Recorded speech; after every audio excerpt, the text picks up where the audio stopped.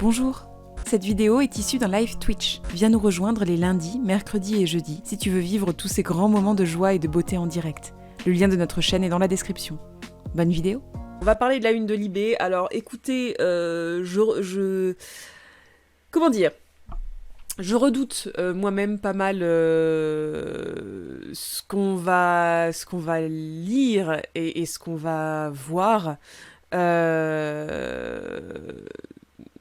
Parce que vraiment je voulais pas parler de ça. Alors vraiment pour vous faire un peu la genèse un peu de cette de ce live, c'est que j'ai vraiment réfléchi, ceux qui ont Insta le savent du coup, parce que j'en ai parlé dans mes stories, j'y ai vraiment réfléchi toute la journée, genre vraiment, parce que quand j'ai vu ça le matin assez tôt, alors d'ailleurs c'est Geoffrey qui l'a vu avant moi, qui m'a dit putain il y a eu une de Libé hyper bizarre, qui est pas du tout, ça va pas du tout, enfin regarde ça dans la journée quoi. Et quand j'ai vu ça, et que j'ai vu bien évidemment tout le tollé que ça déclenchait un peu partout, j'ai eu vraiment un vieux sentiment nul de j'ai pas envie d'en parler. Et j'aimerais bien qu'on n'en parle pas, j'aimerais bien qu'on étouffe le truc et que quelque part on fasse comme si ça n'avait pas existé. Et j'ai vu des commentaires dans ce sens un peu partout sur Twitter en mode il faut pas donner du temps de parole, il faut pas faire de la pub en gros à Libé là-dessus, il faut pas donner du temps de parole là-dessus, etc. Et je comprenais ce principe-là. Et honnêtement, je trouvais que c'était plus confortable de faire comme si ça n'avait pas existé. Sauf que là, ce soir, je me sentais pas. Vu que honnêtement, là moi, cette journée de la femme, ce 8 mars-là, j'avais rarement autant entendu parler d'un seul truc. Et honnêtement, pendant toute la journée, j'ai entendu parler de ça, de cette une de Libé. Quand on allait sur n'importe quel réseau, quand on tapait les 8 mars sur les actualités, etc., c'était ça qui ressortait. Et je me voyais mal faire un live ce soir et ne pas du tout parler de ça. Et je me disais que de toute façon, j'allais devoir en parler forcément. Donc, quitte à devoir en parler quelque part, autant en parler bien et autant en parler en entier, sans avoir d'autres trucs à traiter en même temps. De toute façon, honnêtement, c'était compliqué de traiter autre chose parce que, honnêtement, il n'y avait pas grand-chose d'autre qui sortait à part ça. Alors, il y avait forcément un peu de comment dire, de vulgarisation sur le féminisme, sur les droits des femmes, etc. Mais finalement, beaucoup moins que d'indignation sur cette une de Libé. Donc du coup, quand j'ai vu ça, je me suis dit que tant pis, hein, on allait prendre notre courage à deux mains et on allait parler de ça. Pourquoi est-ce que c'est violent et pourquoi ça peut être violent pour plein de gens? Alors pour ceux qui n'ont pas vu et qui ne savent pas ce qui s'est passé aujourd'hui, Libération a choisi de faire sa une sur une lettre que le journal a reçue d'un violeur. Donc du coup, c'est vraiment la lettre qui a été écrite par un violeur et qui fait la une de Libération. Et on va du coup ensemble lire en tout premier déjà cet article pour que tout le monde sache de quoi on parle. C'est dans un contexte particulier, c'est-à-dire que c'est une lettre qu'un violeur a écrite après la dénonciation publique de la nana qui l'a violée. J'allais dire de sa victime, mais il faut arrêter. C'est pas sa victime à lui. J'aime pas. Il faut arrêter avec ce truc-là. Mais j'ai encore des réflexes à l'oral. Mais bon, bref. On va dire qu'il l'a fait avec l'accord de la victime. Et la victime a eu un droit aussi de parole après. Voilà, donc c'est la lettre du violeur qui explique, qui parle sur pourquoi il l'a fait, voilà. Et en plus de ça, la une est très très graphique, c'est-à-dire qu'en très gros, on voit un dessin avec une nana qui est en train de se faire violer. Enfin, de se faire violer, oui, d'avoir... en tout cas le début d'une agression sexuelle, puisqu'elle est plaquée contre un mur, on voit qu'elle essaie de se débattre, etc. Donc vraiment, il y avait un truc où, déjà rien que ça, quel que soit le contenu quelque part de la lettre, rien que ça, le fait de le sortir ce jour-là, qui est quand même hyper emblématique, même si on gueule dessus, même si on dit qu'il veut plus dire grand-chose, que c'est souvent un jour joker pour inviter des femmes à parler de choses alors qu'on ne le fait pas pendant l'année.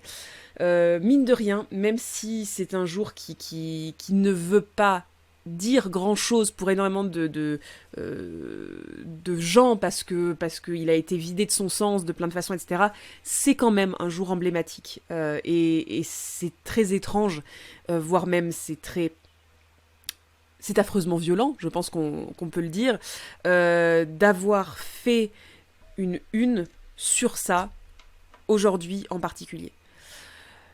Donc on part sur cette base-là, hein, voilà, sur du coup cette lettre du violeur, qui est suivie ensuite par un autre article sur le ressenti pas de sa victime, Elsa, stop, de la victime. Et du coup, bien évidemment, Libé s'est pris une flopée de retours mauvais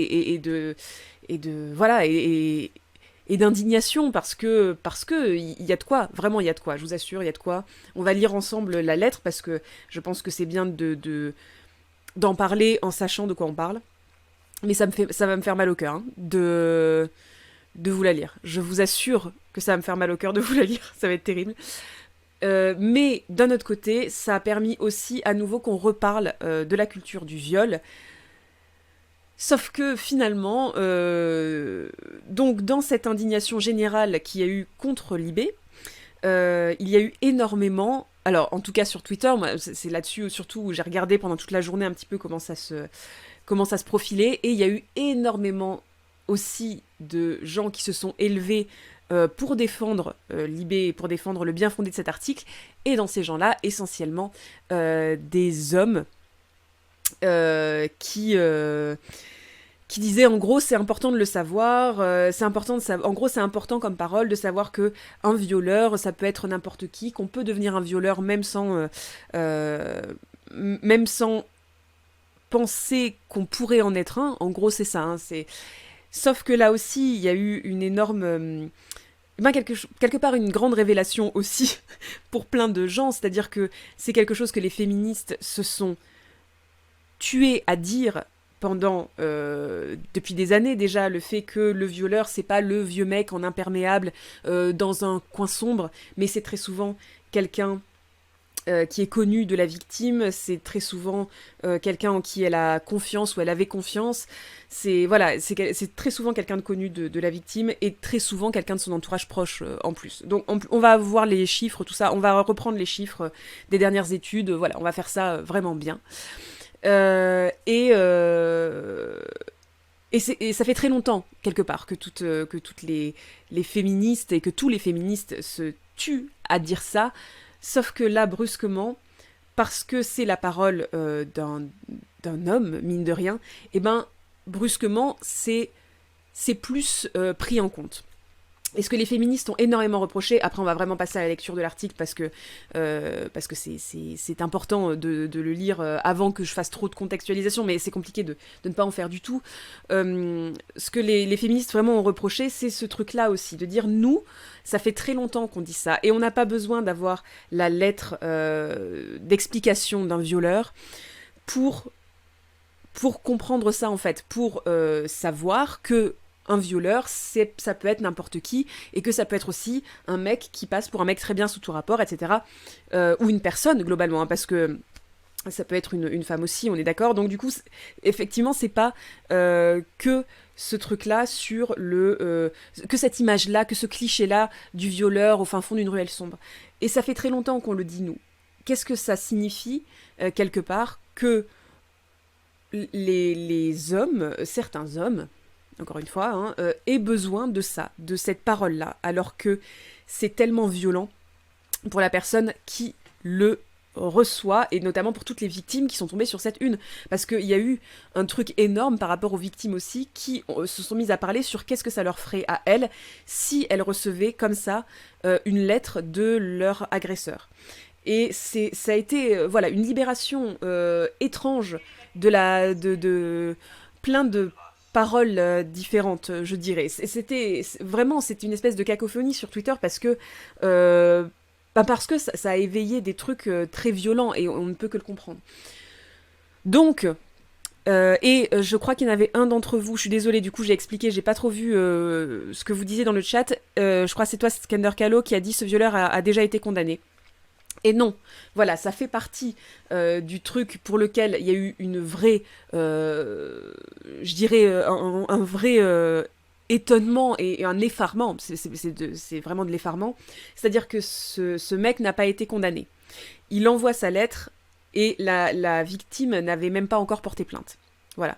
Et en gros, dans l'article de la victime qui pose la parole de la victime après, elle dit qu'elle portera plainte quand elle se sentira prête. Sauf que on va voir, bien évidemment, ensuite on va le voir ensemble, mais c'est pas pareil de porter plainte contre un violeur qui n'est pas connu, on va dire, du grand public, et de porter plainte contre quelqu'un qui a déjà eu l'occasion, comme ça, de s'exprimer devant le monde à si grande échelle. Parce que vraiment, cet article a été très très relayé, a été très très partagé et très très lu. D'où le fait, vous comprendrez aussi, que j'hésitais réellement beaucoup à vous le lire à mon tour et à le diffuser à mon tour. Sauf que vraiment, je pense qu'il faut le faire. Donc, je vous le dis tout de suite, je ne me sens pas bien à l'idée de lire cet article et surtout de le lire à haute voix. Je pense juste que c'est important. Je vais le lire là tout de suite. Toutes les personnes, donc énorme trigger warning de partout, toutes les personnes qui ne se sentent pas d'écouter ce moment-là, mais qui veulent quand même participer à la conversation, je ne sais pas, couper le son ou revenez d'ici 10 minutes. Voilà, on va lire cet article du coup et cette lettre. Donc, attention à vous. Voilà, trigger warning à fond. Courage pour la lecture. Merci beaucoup à tous ceux qui me disent courage depuis le début. On dit l'horreur de Libé. Oui, on lit l'horreur de Libé, Violette. Hop, donc, eh bien, c'est parti. Donc c'est pas ça, hein. La une... Attendez, c'est ça. C'était ça, la une de Libé. Et en entier, on voit... mais je pense qu'on le verra sur les autres articles que j'ai sélectionnés. En entier, on voit... on voit les jambes du mec qui se mettent entre les jambes de la nana. Voilà. Donc, pourquoi Libé publie la lettre d'un violeur? Alors oui, chose à dire aussi. En gros, il va y avoir une petite introduction, tout ce qui est en gras là, qui a été faite par Libération, après avoir reçu le tollé complet. C'est-à-dire qu'ils ont remis en contexte le truc sur pourquoi ils l'avaient fait. Donc ils ne s'excusent pas du tout, hein. Il n'y a pas eu de remise en question, il y a juste eu une explication de pourquoi ils l'avaient fait. On en parlera après. Ah, dès le début ça m'agace, je suis désolée. On va essayer de le lire assez rapidement pour pouvoir en parler ensuite. C'est un texte fort et dérangeant. Il nous est parvenu fort, hein? Bref. Il nous est parvenu il y a 10 jours via l'adresse mail du journal. J'ai violé, vous violez, nous violons et son titre. Dès les premières lignes, son auteur, dont nous ne donnerons ici que le prénom, Samuel, un étudiant de 20 ans, reconnaît avoir violé son ex-copine, elle-même à l'origine d'une vague de libération de la parole à Sciences Po Bordeaux. L'auteur décrit avec précision les déterminants personnels, culturels et sociaux qui ont participé à la commission de son acte. Il ne se justifie pas, ne s'autoflagelle pas, ne se défausse pas. Il explique. Et expliquer n'est pas excuser. Dire qu'il donne le point de vue du violeur n'est que partiellement vrai. Sa réflexion vise à nous interpeller, à nous sortir de la zone de confort consistant à considérer que le violeur, le monstre, c'est l'autre. Ça me fait mal. Ça me fait mal de le lire, pardon. Hein. La zone de confort, là, elle pique. Une condition nécessaire mais pas suffisante pour entrer de façon plus éclairée sur le terrain de la prévention du viol. La force intellectuelle, la fougue de ce texte peuvent aussi susciter le rejet et jouer en sa défaveur. La force intellectuelle et la fougue. Hein? Alors, bon, bref, on en reparlera après. Peuvent aussi susciter le rejet et jouer en sa défaveur. Mais c'est un fait, il apporte du matériau humain à une question douloureuse, complexe et taboue. Seulement voilà, l'auteur de ce texte est aussi l'auteur du crime qu'il avoue de façon circonstanciée. Le publier pose une série de problèmes éthiques, journalistiques et bien sûr juridiques. D'abord, il ne faut pas que la parole de l'agresseur invisibilise celle de sa victime. Eva Fontenot, qui avait co-signé l'enquête sur Sciences Po Bordeaux, contacte donc Alma, la victime. Le fait qu'il reconnaisse le viol l'a soulagée, apaisée, lui a permis de mettre des mots sur son mal-être. Elle donne son consentement pour que le texte de son agresseur soit publié. Nous lui demandons de bien prendre le temps de réfléchir. L'article qui contextualisera et racontera leur histoire partira de son point de vue à elle, pas de celui de Samuel. Dès notre première conversation téléphonique avec ce dernier, nous lui rappelons qu'en publiant ce texte, il s'expose à des poursuites, le viol étant puni d'une peine pouvant aller jusqu'à 20 ans de réclusion. Il en est conscient. Mais nous lui demandons aussi de prendre quelques jours pour y réfléchir. Nous lui envoyons un mail lui expliquant que nous allons procéder à l'anonymisation de sa lettre. Mais si les autorités judiciaires se saisissaient de ce dossier, nous serions pour notre part contraints de respecter la loi qui, en l'espèce, nous oblige de leur communiquer votre identité si elle nous était demandée. Pour Libération, il n'est pas moralement défendable d'invoquer le secret des sources dans ce cas précis. Samuel parle alors longuement de sa démarche avec sa famille, qui finit par se ranger à son avis. De son côté, Alma, avec qui nous sommes en lien permanent, nous informe que lorsqu'elle sera prête, elle portera plainte. Voilà, donc ça c'est la contextualisation de ce qu'on va lire. Ok. Voilà. Et j'ai tellement envie de hurler, c'est merveilleux. Ce n'est que le début, croyez-moi. Donc, alors excusez-moi, je vais me moucher avant. Encore une fois, pour ceux qui viendraient peut-être juste de nous rejoindre, énorme trigger warning, énorme trigger warning sur le viol, l'agression sexuelle, tout ça. Vraiment, baissez le son, coupez le son. Si vous y êtes sensible, on va commencer la lecture de la lettre. J'ai violé, vous violez, nous violons. Le viol a cette capacité à s'immiscer précisément là où on s'y attend le moins. Il y a 1 an et demi, j'ai violé ma copine. Le reconnaître est certainement aussi important que de l'écrire. Expliquer les faits, recontextualiser ne sera pas le but de cette lettre. Le viol que j'ai fait est certainement d'une banalité extrême et dangereuse. La singularité de la situation doit donc être ignorée. Le viol n'a pas de contexte, il a des explications tout au plus. Le discours que je vais tenir est délicat puisqu'il ne sera entendu qu'à travers le prisme que chacun a du viol et de celui qui le commet. Le violeur attise le dégoût, la haine et la rage. Il y a quelques mois, j'aurais probablement détesté la personne qui est en train d'écrire ces mots. Tout cela est commun. Mais le trigger warning en titre du stream, alors c'est vrai que j'aurais pu. C'est vrai. Je peux plus le faire maintenant qu'on a commencé le stream. Donc je vais répéter très souvent qu'il y a un trigger warning énorme. Une relation. Ma relation avec elle était passionnelle, sans limite ni garde-fou, extrême, exactement ce que j'aimais. L'intensité qu'elle me procurait me faisait presque oublier ma vie plate et monotone. Si l'un de nous deux proposait de nouvelles bandes blanches à ne pas franchir, il était immédiatement moqué. Et on aimait ça. L'exclusivité et la complexité de ce duo rendaient vaine... Oh mon Dieu, ça m'a fait sursauter. Pardon, j'étais à fond dans la lecture. L'exclusivité et la complexité de ce duo rendaient vaine toute critique à son égard. Nous construisions l'illusion d'une objectivité qui a invisibilisé les pires actes dont ce viol fait partie. Un jeu de rôle que je découvre malsain a pu naître, celui de celle qui fait semblant de ne pas avoir envie, et de l'autre qui est violent et qui ne l'est jamais trop. Il fallait tout essayer, tout éprouver, sinon notre relation perdait son essence. Les seules limites qu'on découvrait étaient nos destructions mutuelles, même si aucune leçon n'était tirée. On reprendra après, pas de soucis, conteuse, vraiment, prends du large. On reprendra après, bien évidemment, de pourquoi c'est juste complètement faisant partie de la culture du viol qu'il commence la lettre avec ça. On enchaîne. Un viol. Nous nous séparions même si en réalité nous étions déjà dissociés l'une de l'autre. Le « je ne t'aime plus » que j'ai prononcé n'était pas entendu comme il était dit, n'était pas dit comme il était pensé et n'était pas pensé comme il était ressenti. Tous deux sidérés de la perte d'une partie de notre vie, nous voguions éperdument dans les derniers instants de notre histoire ensemble. Nous nous bagarrions une ultime fois sur le lit comme pour éprouver encore le contact puissant et ravageur de l'autre sur notre corps. Trigger warning à fond, si quelqu'un vient juste d'arriver, attention, ça va parler d'agression sexuelle et de viol. Nous nous bagarrions une ultime fois sur le lit, comme pour éprouver encore le contact puissant et ravageur de l'autre sur notre corps. Je sentais une rage profonde, rendue explicite par la violence que l'on se portait. J'ai perdu le contrôle. Pourtant calme de nature, j'ai senti une cascade de rage se déverser en moi. De plus en plus de violence, de plus en plus d'intensité, de moins en moins de considération de l'autre, je n'ai rapidement plus existé que par les émotions extrêmes et rares que j'éprouvais. Elle, comme morte, s'effaçait lentement dans mon regard devenu primal et animal. J'ai violé. Des questionnements stériles. Après ce viol, j'ai confié mes questionnements à un ami, un seul. Après coup, j'aurais mal vu cet ami me dire que j'avais violé. La question restait donc en suspens, immobilisée par le fait de ne pas en parler avec la victime qui n'est autre que la personne dont j'ai été le plus proche dans ma vie. C'était sombre et flou, un autre passage de notre relation qui nous échappait à tous les deux, certainement par des mécanismes psychologiques différents. Enfermée dans l'illusion d'être objective sur ce viol que je ne savais pas affirmer comme tel, je n'ai pas considéré en parler à d'autres amis, à mes parents, mes frères et sœurs, mais surtout à des professionnels. Mon intérêt pour les questions de genre, de sexualité, de masculinité ou encore de domination n'a pas suffi à me remettre réellement en question, puisque le violeur, c'est l'autre. C'est au mieux ce réalisateur qu'on admirait, le prof de sport de notre frère, ce cousin éloigné, mais jamais soi. Jamais, en l'occurrence, c'est moi. Identification. Aujourd'hui, je le reconnais, mais ça n'est certainement pas grâce à moi. Seule celle qu'on appelle victime a pu m'ouvrir les yeux. Donc oui, je le reconnais. Oui, j'ai une rage envers moi-même. Oui, je me sens sale.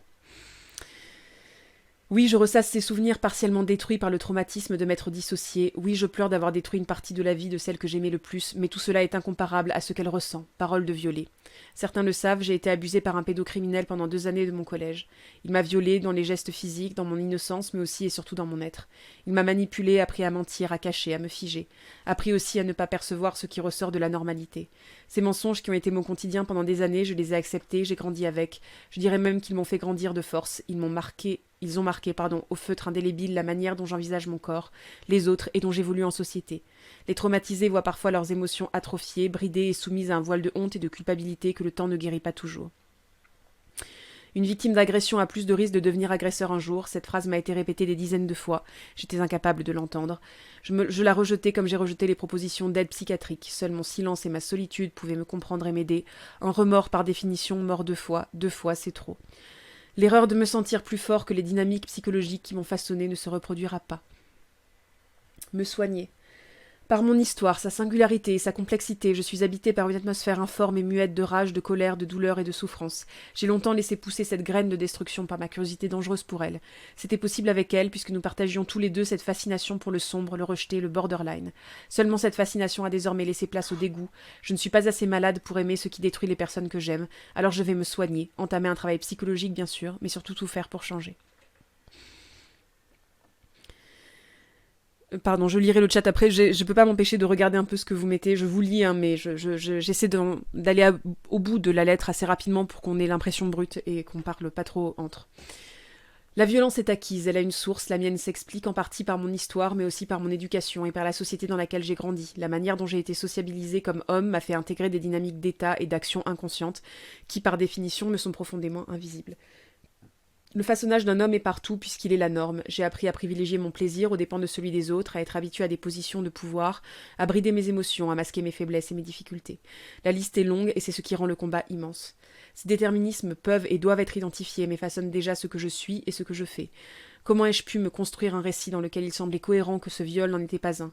La culture du viol agit directement sur ma manière d'envisager les femmes, leurs désirs, les miens, le viol et les violeurs.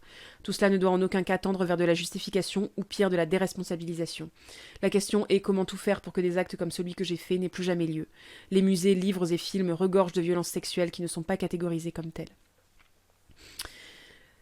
D'autre part règne dans notre société une invisibilisation des phénomènes de violence, l'humour et les réactions qu'il implique, masquent parfois des normalisations de crimes, les remarques sexistes, homophobes, transphobes et plus généralement tous les jugements violents ou insultes entretiennent un ignoble schéma dans lequel le viol est nourri. Soigner, je suis comme tout le monde ou presque, puisque j'ai détruit une partie de la vie d'une femme, puisqu'une partie de ma vie a été détruite, mais surtout puisque je ne veux plus que cela se reproduise, je souhaite une remise en question. Une remise en question individuelle et collective de ce qui fait que des violences comme celle-ci peuvent exister et peuvent passer inaperçues. Je ne souhaite à personne d'être victime de ce que j'ai fait et par prolongement de faire ce que j'ai fait. Attention à ceux qui arrivent, trigger warning, viol et agression sexuelle à fond. À fond. Pardon. Cette histoire n'est pas de l'ordre du privé et ne doit pas le rester. Changer les choses, c'est aussi changer soi-même et agir. C'est pourquoi je refuse que mon récit se cantonne à mes proches. Il doit toucher les femmes et les hommes, les féministes et les autres, les violeurs qui se reconnaissent comme tels et les autres. Le viol n'est pas une affaire privée et j'invite celles et ceux qui lisent ces lignes à parler. Parler et écouter pour vaincre le doute, parler pour redécouvrir notre histoire, parler pour mettre fin à cela.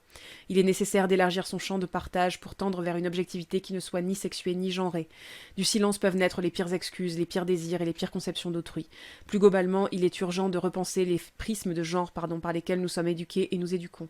Certaines masculinités, certains mécanismes de groupe, certaines généralités, conscientes ou pas, jouent leur rôle dans la domination masculine et par prolongement dans les violences faites aux femmes. Les valeurs essentielles d'empathie, de respect, d'ouverture d'esprit, souvent décrites comme féminines, doivent être des invariants de l'enseignement humain. Les éducations sexuelles et sociales s'entremêlent et doivent se faire de manière permanente et adaptée dès le plus jeune âge. Ce n'est pas le cas et c'est criminel. La première étape est de s'informer des viols, des violences, de leur forme et de leur source, tout en faisant cela avec la conviction que ces sujets nous concernent. S'éduquer doit en partie permettre de ne pas détruire. J'aimerais être l'exception qui confirme cette règle. Je nous invite donc toutes et tous à nous pencher sur des témoignages, des écrits, des podcasts qui traitent beaucoup mieux que moi ces questions et qui surtout apportent des réponses. Libérer l'écoute est aussi important que libérer la parole. Il est primordial de créer des espaces dans lesquels les partages et les discussions sont encouragés, tant pour les victimes que pour les agresseurs. Les monstres n'existent pas, ou alors nous en sommes les créateurs, créatrices. Tous, pour parler de criminels, de violeurs, de dérangés ne sert qu'à de se démarquer lâchement des actes violents dont la source est le monde que nous avons créé et que nous entretenons chaque jour. Nous sommes tous et toutes responsables. Je suis responsable du viol que j'ai commis, mais aussi de tous les autres. Toutes les violences sont liées et le sont par nous. Ce discours n'est pas fataliste, mais dérange puisqu'il nous ramène à une même communauté humaine qui produit les pires actes. Nous avons donc pleinement le pouvoir de faire changer les choses. Cet écrit ne relate pas l'ampleur de la rage que j'ai à la vue de notre passivité aveugle. Je n'en peux plus et je ne suis pas seule. Certaines sont broyés silencieusement par un système que nous laissons croître. Des vies sont détruites, parfois même sans le savoir, et nous regardons, spectateuristes d'un théâtre funeste, duquel nous sommes acteuristes. Il est temps de dire stop, cette situation n'est plus possible, écoutez-vous, écoutons-nous, et avançons. Voilà. Voilà. Donc, du coup, on en est là. Donc ça, c'est la fameuse lettre du violeur. Bonsoir, Félix. Donc voilà, ça c'est la fameuse lettre du violeur. Et pour répondre à ça, vraiment cette image me dérange beaucoup, pour répondre à ça, Alma, du coup, la victime, a eu ce tout petit droit de réponse, donc du coup que je vais vous lire aussi à la suite, comme ça on a tout. Et on pourra en parler en ayant tout. Voilà. Donc je vais lire ça aussi. Lorsqu'une victime a enfin le droit à la parole en public et dans les médias, on remet toute son histoire et tout ce qu'elle dit en doute, mais un témoignage de violeur est tout de suite accepté comme une réalité absolue et sa parole est parole d'évangile, c'est monstrueux. Oui, on va en parler. On va en parler du coup à la fin. À l'origine de la libération de la parole à Sciences Po Bordeaux, Alma, aujourd'hui hospitalisée pour dépression, j'aimerais qu'on retienne ça, hein, elle est à l'hôpital, la victime, réagit à la lettre de son ancien compagnon qui reconnaît l'avoir violée il y a 2 ans. Elle fait part de son soulagement de le voir avouer et assure qu'elle portera plainte quand elle sera prête. J'ai été violée par l'homme que j'aimais il y a 2 ans. Ce jour, ce lundi où Notre-Dame brûlait, il m'a pris mon être. Alma ménageait à 18 ans quand son petit ami la viole un soir d'avril 2019, puis la quitte. Le 14 décembre 2020, rongée par la tristesse, l'incompréhension, les crises d'angoisse, la peur et la colère, son corps et son esprit lâchent. Elle est hospitalisée pour dépression dans une clinique psychiatrique avec le souvenir d'être à l'antichambre de la mort. Il lui faudra attendre janvier et une longue discussion avec une amie pour poser des mots pour la première fois sur l'origine de son mal-être. Une déflagration dans la vie de la jeune femme qui décide de briser le silence quelques jours plus tard sur le groupe Facebook des étudiants de Sciences Po Bordeaux où elle était scolarisée. Brute, glaçante, rapportée sans enrobage car la honte doit changer de camp, l'histoire de son viol a un puissant effet cathartique. Très vite, des dizaines de témoignages succèdent aux siens pour apporter des faits d'agression sexuelle pendant des soirées, des incestes, des viols conjugaux. La parole se libère, vertigineuse notamment autour du mot-clé science-sport. J'ai compris à ce moment-là que ce qui m'était arrivé était d'une horrible banalité, enrage aujourd'hui Alma depuis la clinique où elle est toujours hospitalisée. Les semaines qui ont suivi, j'ai peu dormi, peu mangé, beaucoup angoissé. J'ai passé mon temps à répondre aux messages privés, à écouter d'autres me raconter leur traumatisme. J'en suis sortie épuisée, avec l'impression de toujours suffoquer. Jusqu'à il y a 2 semaines, une infirmière lui remet une lettre, elle est signée par son violeur, Samuel. Bouleversée, Alma panique, sort prendre l'air, puis l'ouvre dans le parc, à la lumière du soleil. Quand j'y repense, c'était très symbolique pour moi, et contre toute attente, pour la première fois depuis mon agression, je me suis sentie apaisée. C'est difficile à décrire, mais en lisant les premières lignes, une vague de soulagement m'a envahi. Le mot viol était écrit noir sur blanc. Mon violeur reconnaissait ce qu'il m'avait fait. Samuel reconnaissait m'avoir détruite. J'ai violé. Viol, longtemps je n'ai pas réussi à prononcer ce mot pour parler de ce que j'avais fait à Alma. Au téléphone, Samuel est calme, sa voix est posée. De temps à autre, il marque une pause pour trouver les mots justes et surtout ne pas minimiser ses actes. Il le martèle, il ne s'agit pas pour lui de se justifier ou pire de se déresponsabiliser, mais de reconnaître son crime. Avec le consentement de sa victime, l'étudiant de 20 ans a pris la décision de parler publiquement. Dans une lettre qu'il a fait parvenir à Libération, que sa victime a lue et dont elle approuve la publication. Pardon.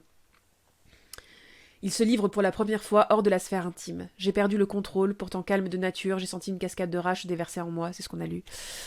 De plus en plus de violence, de plus en plus d'intensité, de moins en moins de considération de l'autre, je n'ai rapidement plus existé que par les émotions extrêmes et rares que j'éprouvais, elle comme morte s'effaçait lentement dans mon regard devenu primal et animal, j'ai violé. En prenant la parole, l'étudiant tente aussi de comprendre pour ne plus jamais refaire et casser le mythe du violeur dérangé cérébralement, qui agresse une fille à minuit dans une ruelle sombre.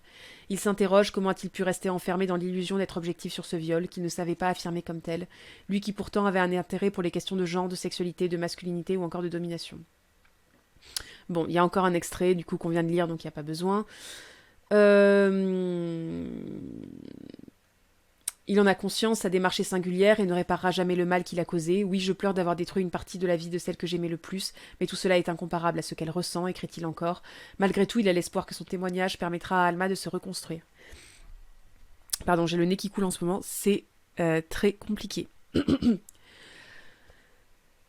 Samuel, qui confesse avoir lui-même été victime d'un pédocriminel dans son enfance, souhaite aussi une remise en question individuelle et collective.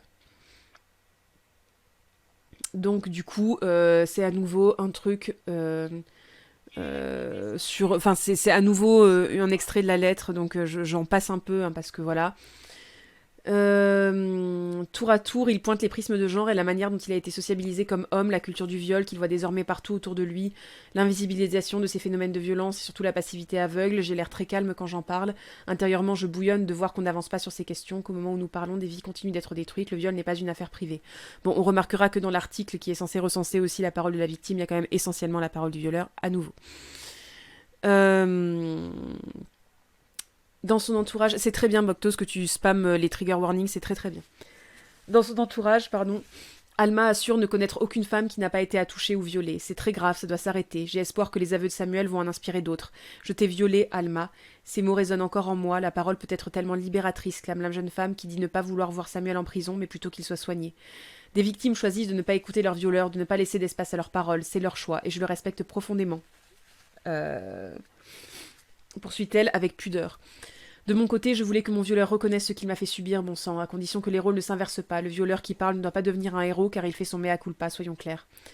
Alma explique qu'elle portera plainte quand elle se sentira prête. Interrogée sur les potentielles suites judiciaires, le viol au sein d'un couple étant puni jusqu'à 20 ans de réclusion, Samuel répond sobrement « J'assumerai la réalité de ce que j'ai fait. Attention pour les nouveaux venus, trigger warning, viol, agression sexuelle. » De son côté, Alma, qui a mis fin à ses études en sciences politiques pour suivre un cursus en psychologie, est désormais une militante acharnée. Sur Facebook et Instagram, elle a co-créé le groupe Tous Violés, un espace pour permettre aux violés et aux violeurs de s'exprimer. La page a déjà recueilli une 30aine de témoignages, et parce que parler de ce qui lui est arrivé est devenu son moteur, la jeune femme s'exprime également en vidéo sur une page baptisée Alma Gueule, pour ne plus jamais rester murée dans le silence. La jeune femme se bat aussi pour une éducation différente. L'éducation a failli à sa tâche. Elle est en partie responsable de l'immondice qui gangrène mon corps, il aurait pourtant suffi d'une matière tout au long de notre scolarité, une seule, le respect. Le respect pour, selon elle, pallier la plupart des incivilités et des violences qui se perpétuent de génération en génération, pour que chaque enfant prenne pleinement conscience de ses droits et devoirs envers son propre corps et comprenne que celui des autres ne lui appartient nullement. De toutes ses forces, depuis la clinique où elle se reconstruit, elle m'a dit « Je veux des choses concrètes maintenant, c'est trop urgent, c'est trop horrible. » Voilà. Voilà, donc du coup, là, vous avez le contexte de ce fameux article. Je suis désolée pour ceux qui se sont pris le truc un peu violemment. J'espère que ceux qui n'arrivaient pas à l'écouter vont bien et ont eu le temps de couper le son et ont écouté les nombreux trigger warnings. Voilà. Bref, les articles viennent d'être lus, donc vous pouvez revenir. Voilà, merci Boctos de le mettre à nouveau dans le chat. Effectivement, voilà, l'article est lu. Donc, pourquoi c'est dur, pourquoi c'est violent, pourquoi, et peut-être aussi qu'on peut se dire pourquoi aussi est-ce que c'était à la base avec une bonne intention. Je pense que à la base, vraiment, de la part de Libé, en tout cas, je veux y croire, mais vous avez complètement le droit de ne pas être d'accord avec moi. Je pense qu'il y a mine de rien l'intention de donner la parole à un violeur pour que, à travers une prise de position qui est bien écrite, hein, parce que ce mec maîtrise complètement non seulement le langage globalement, il écrit plutôt bien, mais en plus de ça, il maîtrise complètement aussi le vocabulaire militant féministe. C'est ça aussi qui rend le truc dérangeant, je pense. Donc, je pense qu'il voulait mettre en avant la parole d'un homme violeur qui avait réfléchi sur ce qu'il avait fait et qui, quelque part, pouvait porter une voix supplémentaire dans ce combat réel du il faut que ça rentre dans le crâne de tout le monde qu'un violeur, c'est quelqu'un du quotidien et que, quelque part, tout le monde peut se retrouver, enfin tout le monde avec plein de guillemets encore une fois, tout le monde peut se retrouver violeur. En gros, c'est ça qui est dit là. Mais le truc, comme je le disais avant de lire l'article, c'est que les féministes se sont évertuées à dire ce truc-là depuis je ne sais pas combien de temps.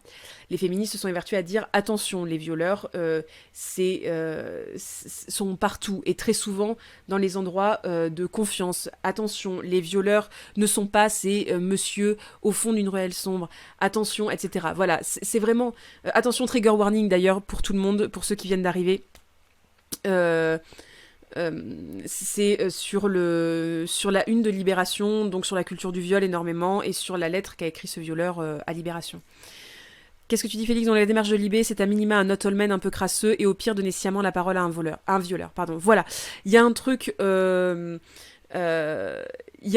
qui est rageant là-dedans. C'est le fait que à nouveau, ça avait fait un peu ça pour... je ne sais pas si vous vous souvenez, quand on parlait énormément de harcèlement de rue, on a eu l'impression que la vidéo qui avait le plus buzzé là-dessus, c'était la vidéo dans laquelle un homme se costumait en femme pour pouvoir affronter le harcèlement de rue à l'extérieur et pour pouvoir prouver, en gros, qu'il y avait réellement du harcèlement sexuel à l'extérieur, dans la rue. Et c'était ça qui avait fait vraiment un buzz, en fait. Et c'était une des vidéos qui avait le plus tourné sur le harcèlement de rue. Et là, à nouveau, on a besoin de la parole d'un violeur qui dit « Attention, les violeurs, ça peut être tout le monde, en gros », pour que le message que des féministes s'évertuent à faire passer depuis des années passe et soit entendu, en fait. Et ça, bien évidemment que c'est rageant, et bien évidemment que ça fait partie aussi de la culture du viol. C'est-à-dire que les victimes, systématiquement, on va les traiter de menteuses, on va se demander pourquoi elles n'ont pas porté plainte avant, on va essayer de remettre en doute ce qu'elles disent. On va notamment énormément élucubrer sur chaque point de la déposition qu'elles peuvent faire ou du témoignage qu'elles peuvent apporter en se demandant comment elles étaient habillées et pourquoi et dans quel contexte, etc. Mais la parole d'un violeur, tac, ça c'est pris comme argent comptant, c'est immédiatement reçu et c'est voilà, c'est avalé tel que c'est finalement, tel que lui, en plus, il nous la donne. Donc, ça, déjà, c'est d'une violence inouïe, déjà, de base. En plus de ça, cette lettre du viol... Alors, on va déjà parler de la lettre, et ensuite on parlera du petit encart qu'a fait Libération au-dessus. La lettre de cet homme est soi-disant pour expliquer, et que expliquer, ce n'est pas excuser. Alors, moi, je suis relativement d'accord avec le fait qu'expliquer, ce n'est pas excuser. Sauf que là, je suis par contre assez peu convaincue qu'on puisse expliquer soi un crime de cette ampleur-là qu'on a commis soi. Je pense qu'on n'a pas assez d'objectivité quand on écrit des choses pareilles, quand on a vécu des choses pareilles, pour tout simplement expliquer tranquillement ce qui est arrivé, parce que là, mine de rien, ce qu'on voit quasiment à tous les paragraphes, c'est de la justification de ce qu'il a fait tout le temps. Alors lui, il pourra l'appeler de la remise en contexte, il pourra appeler... parce que c'est une remise en contexte aussi, sauf que quand le violeur remet en contexte son viol, bien évidemment que ce n'est plus de l'explication et que c'est de la justification. C'est ça le truc, en fait. Il commence très très fort, mais genre très très fort, avec ce paragraphe sur leur relation amoureuse. Ça, c'est complètement mais inhérent à la culture du viol. Alors, d'ailleurs, oui, peut-être Flora, pour te répondre, Libé, c'est plutôt un journal...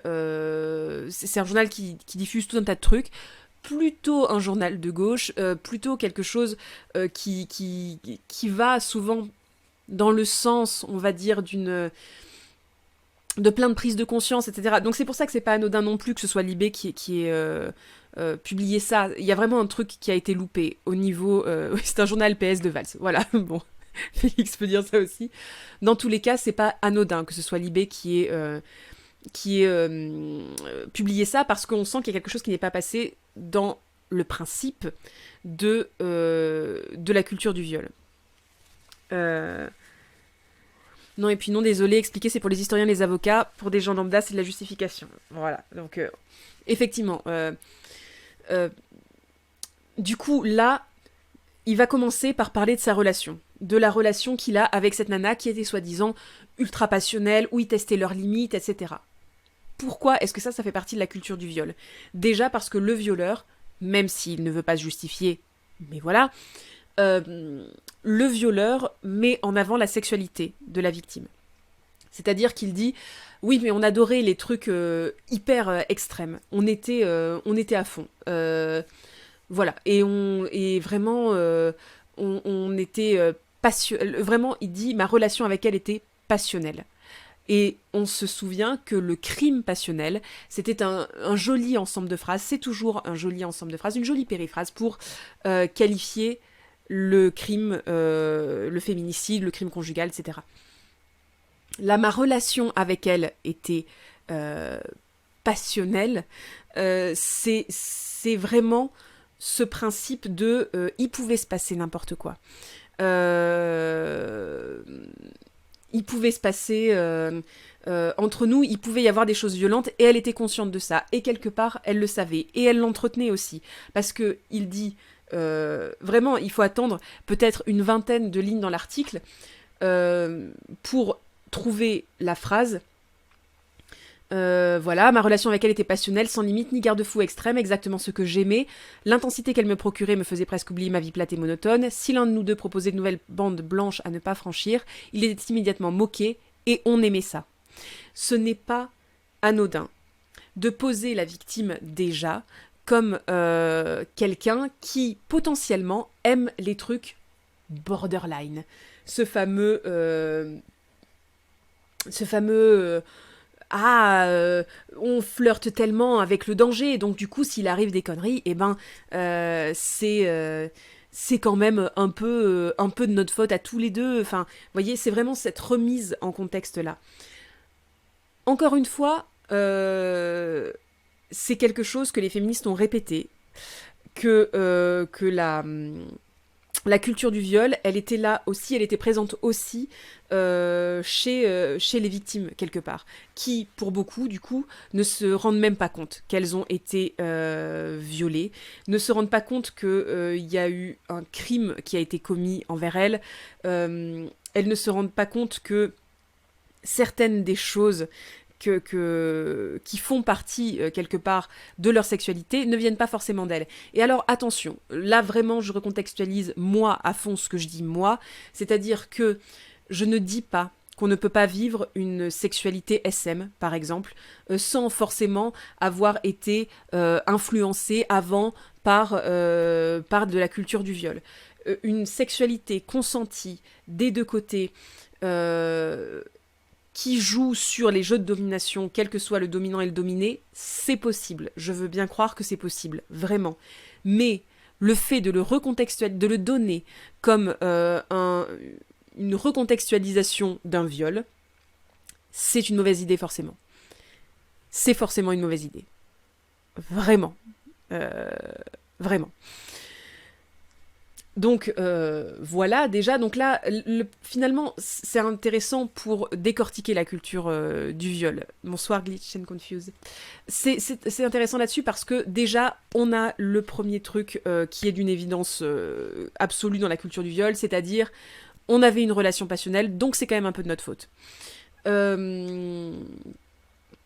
Ensuite, quand il raconte le viol, il a ce truc de mettre l'un et l'autre sur le même plan, toujours. Il dit « Tous deux sidérés de la perte d'une partie de notre vie, nous voguions éperdument dans les derniers instants de notre histoire ensemble. » Il y a quand même énormément de nous, de on, etc. Il y a une façon, je pense, de prendre le moment, l'instant, comme un instant qui a été vécu à deux. Jusqu'à je n'ai rapidement plus existé que par les émotions extrêmes et rares que j'éprouvais. Elle, comme morte, s'effaçait lentement dans mon regard, devenu primal et animal, j'ai violé. Donc, il y a vraiment quelque chose où, jusqu'au bout, carrément, il y a le nous, le on, etc. Et ça aussi, ça fait vraiment partie de la culture du viol. C'est d'associer la victime, encore une fois, au moment. C'est-à-dire que, quelque part, il y avait le moment qui excusait un peu. Quelque part... on se battait ensemble, elle a participé. C'est vraiment... comment dire ? C'est vraiment une base de la culture du viol aussi. C'est ce qui empêche plein de victimes de parler, par exemple. C'est ce fameux truc du « oui, mais on vivait une relation particulière. Oui, mais tu le savais parce qu'on vivait une relation dans laquelle on testait les limites. Oui, mais ce jour-là, on était en train de se battre. Et brusquement, on est associé avec le violeur et on se demande à quel point la victime, en fait, en tant que victime, est-ce qu'on a le droit encore d'exister en tant que victime ? Pour te répondre, TW Pink, non, la position de victime ne doit pas être radicalement passive, bien évidemment. Mais le fait est qu'elle peut l'être. Et là, on parle de culture du viol. On parle pas du viol en lui-même, de l'acte en lui-même, on parle de la culture du viol. Or, dans la culture du viol, la victime se doit de résister un peu. Donc, elle ne peut pas être associée au moment. Ça peut pas être on était en train de vivre un moment où tous les deux on était sur le même point. Là, clairement, tous les deux ils étaient sur le même point. Ils avaient tous les deux des rancœurs l'un envers l'autre. Nous bagarrions une ultime fois sur le lit comme pour éprouver encore le contact puissant et ravageur de l'autre sur notre corps. Enfin, je veux dire, les deux sont au même point. Là, vraiment. Donc... là-dedans, ce n'est pas l'un contre l'autre quelque part dans le sens de l'un qui résiste et l'autre qui va pousser. Là, c'est vraiment ce principe du on se battait ensemble. Donc, bien évidemment que non, le rôle de la victime n'a pas à être passif. Bien évidemment que non. Voilà. Encore une fois, il peut carrément l'être. Mais dans un contexte de culture du viol, ce genre de paragraphe-là, c'est vraiment on va dire une tentative, mais peut-être complètement innocente de sa part, hein, vraiment, mais une tentative d'associer puissamment les deux dans cet acte-là. Or, c'est bien le violeur qui viole. Il n'y a pas, une participation de la victime au truc, vraiment. Alors je t'en prie, vraiment, si vous n'êtes pas d'accord avec certains trucs, vous pouvez bien évidemment en parler dans le chat, c'est fait pour ça aussi, hein, et je suis pas parole d'évangile, je vous explique juste, moi, la façon dont je l'ai senti. Oui, on est toujours sur l'horreur de Libé, Lamal, de Carlos, tout à fait. Donc, il y a ce principe-là, déjà, d'associer la victime avec ça. Et... ensuite, il y a ce passage qui est censé dédouaner brusquement, qui dédouane d'ailleurs brusquement ce qu'il a fait dans l'esprit de plein de gens quand j'ai vu les commentaires qui étaient en dessous, c'est ce moment où il dit qu'il a été violé lui-même. Et que du coup, ce qu'il a fait quelque part, c'était reproduire la violence qui avait eu lieu sur lui. Ça, par exemple, forcément, c'est un appel... c'est un appel aussi à la compassion. Et c'est quelque chose qui est très souvent fait. Je ne sais pas si vous vous souvenez du documentaire Elle l'a bien cherché, qu'on avait vu. À la fin de ce documentaire-là, il y a vraiment... on filme une avocate qui sort du jugement et qui prévient la victime qui est face du coup au violeur dans la salle, qui la prévient de... L'avocat du coup du violeur a énormément insisté sur son passé.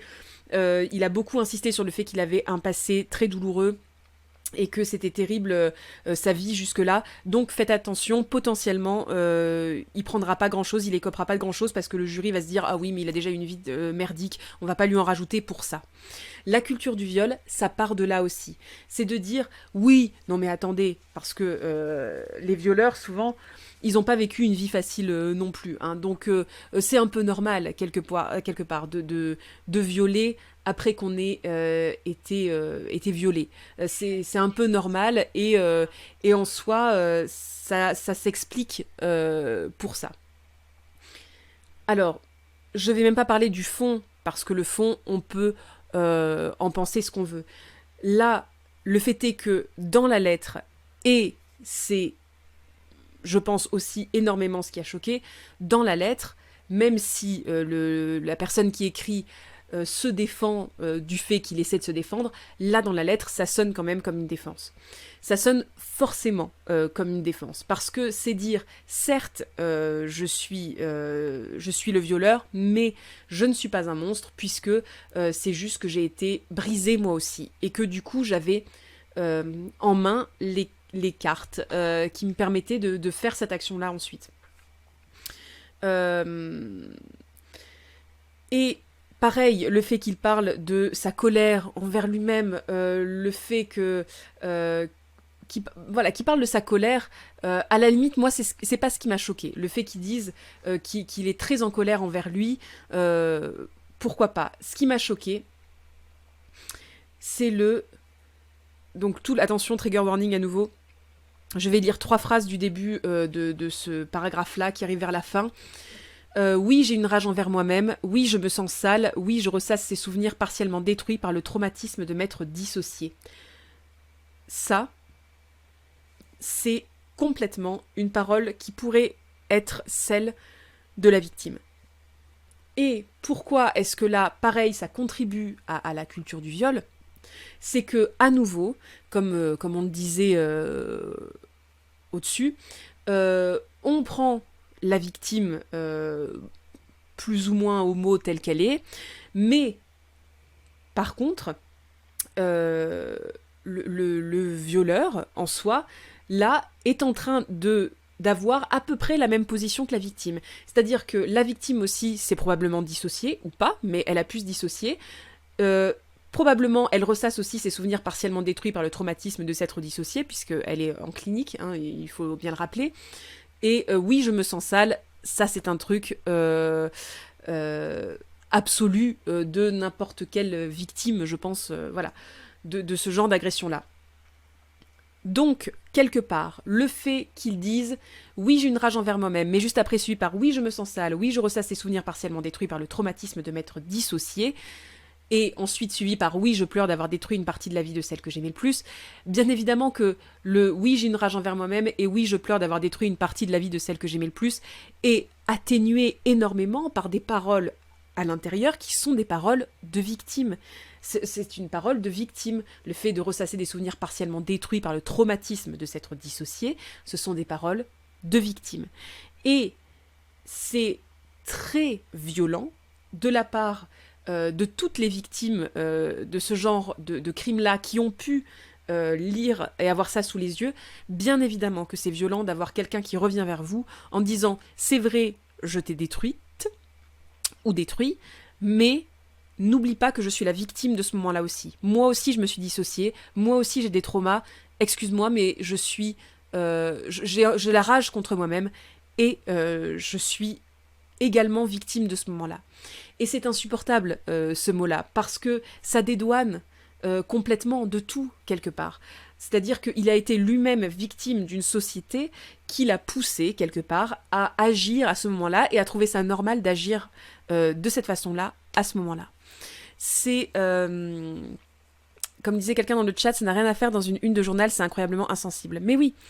Oui. Mais oui. Ça n'a rien à faire là. L'exercice de la violence est en effet extrêmement traumatisant. Mais c'est une certitude. L'exercice de la violence est probablement traumatisant. Seulement, encore une fois, là, on parle d'un violeur qui n'a pas encore été jugé et qui s'exprime sur le viol et sur le fait d'être un violeur. Et qui dit qu'il ne se justifie pas. Or, se placer en victime, ce n'est pas juste expliquer. C'est aussi, bien évidemment, se justifier. Je veux dire, les mots qu'il dit ne sont pas objectifs. Et encore une fois, je ne sais pas si en tant que violeur, surtout que l'acte a eu lieu il y a 2 ans, je crois, je ne sais pas si en tant que violeur, on peut être objectif sur ces questions-là. Je ne pense pas. Et encore une fois, je ne remets pas en cause son agression à lui, qui a sûrement été un trauma terrible. Encore une fois, ça n'a rien à voir avec le fond. Là, ce qu'il y a de terrible à l'intérieur, c'est la forme, c'est d'avoir mis ça ici, à cet endroit-là. Parce que, quelque part, victime et violeur sont sur le même plan. Quasiment tout le temps. Et c'est ça qui est aussi d'une violence folle dans cette lettre, c'est qu'il y a un côté « j'ai détruit la vie », j'ai détruit une partie de la vie, donc c'est déjà un peu plus tranquille, mais alors que des fois les vies tout entières sont détruites, et la plupart du temps, voilà. Donc du coup, j'ai détruit la vie de cette personne-là, mais moi, ma vie était détruite avant, et elle est détruite maintenant aussi, donc quelque part, tout le monde main dans la main, les agresseurs, les agressés, tac, et c'est bon, et on est tous ensemble, quelque part. Et ça c'est très très violent. Et notamment, toute la fin, du coup, pardon, hein, vraiment, le rhume. Donc, pendant toute la fin, où il parle des fameux déterminismes sociaux, de la culture du viol, parce qu'il en parle aussi, il en parle de ces déterminismes qui font que il a été éduqué comme ça, et que il parle de l'humour notamment, qui fait que ça contribue à une normalisation des crimes, etc. Et il conclut par le « je suis comme tout le monde » ou presque. Alors, en soi, c'est ce que se tue à dire, encore une fois, les féministes depuis très très longtemps, c'est le côté les violeurs sont des monsieur tout le monde. Les violeurs sont des monsieur tout le monde. Voilà. Sauf que, quand une féministe le dit, c'est pour dire tout le monde, quelque part, peut être un violeur. Et il ne faut pas se fier aux apparences, parce que même monsieur tout le monde peut être un violeur. C'est ça qu'il dit. Mais qu'un violeur dise « je suis comme tout le monde » ou presque, ça renverse un peu le truc, si vous voulez, parce que brusquement, il y a le côté vous aussi, quelque part, vous pouvez être des violeurs en puissance.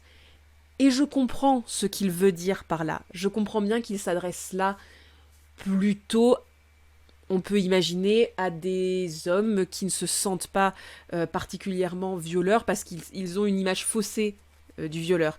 Encore une fois, image que les féministes essaient désespérément de briser depuis très très longtemps. Mais bon. Et qu'on n'écoute pas, bien évidemment. Voilà.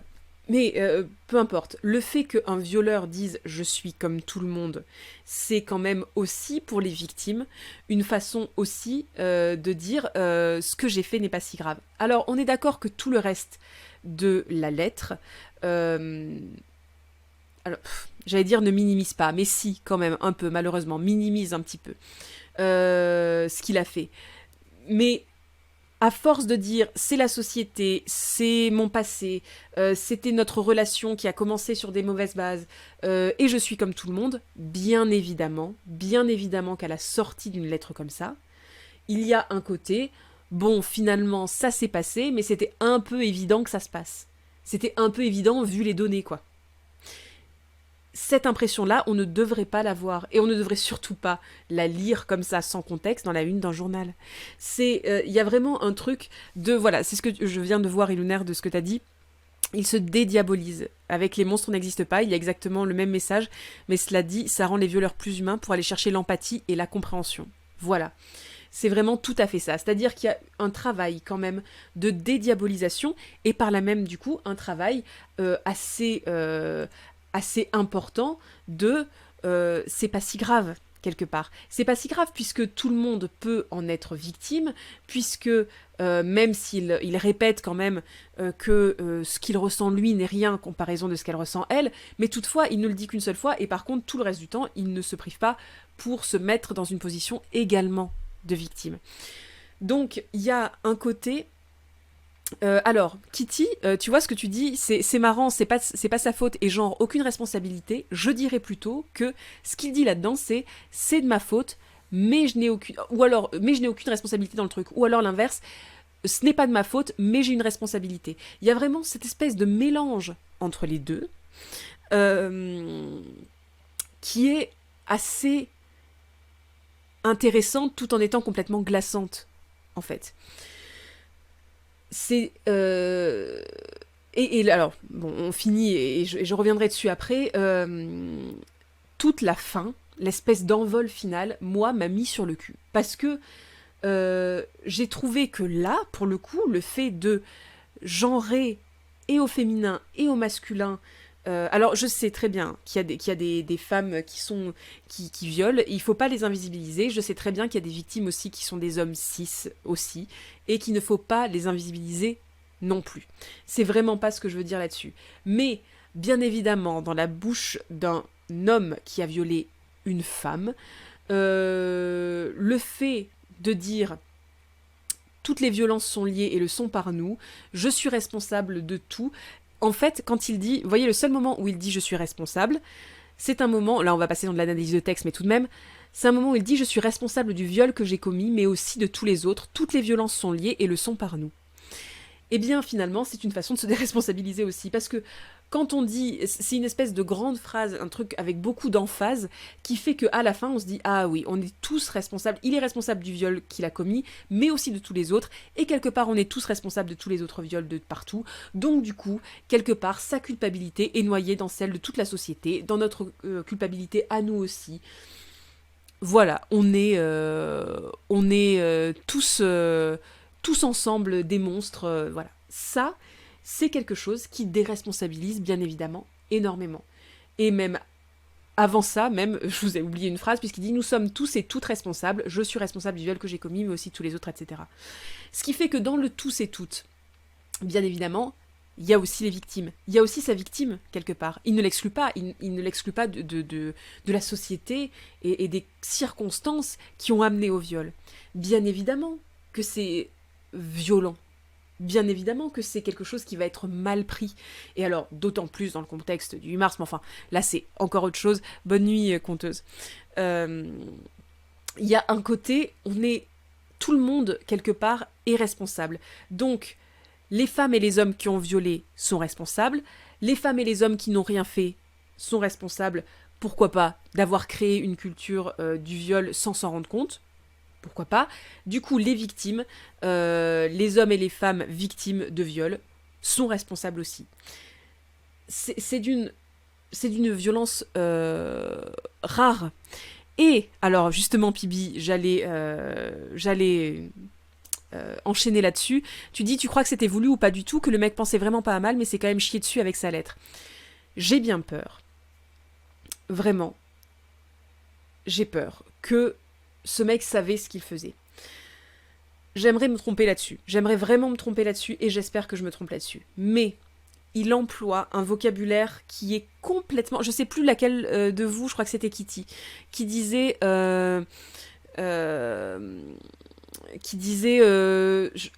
je sais plus ce que tu disais là-dessus, sur le fait que, en gros, on avait l'impression qu'il avait potassé sa leçon.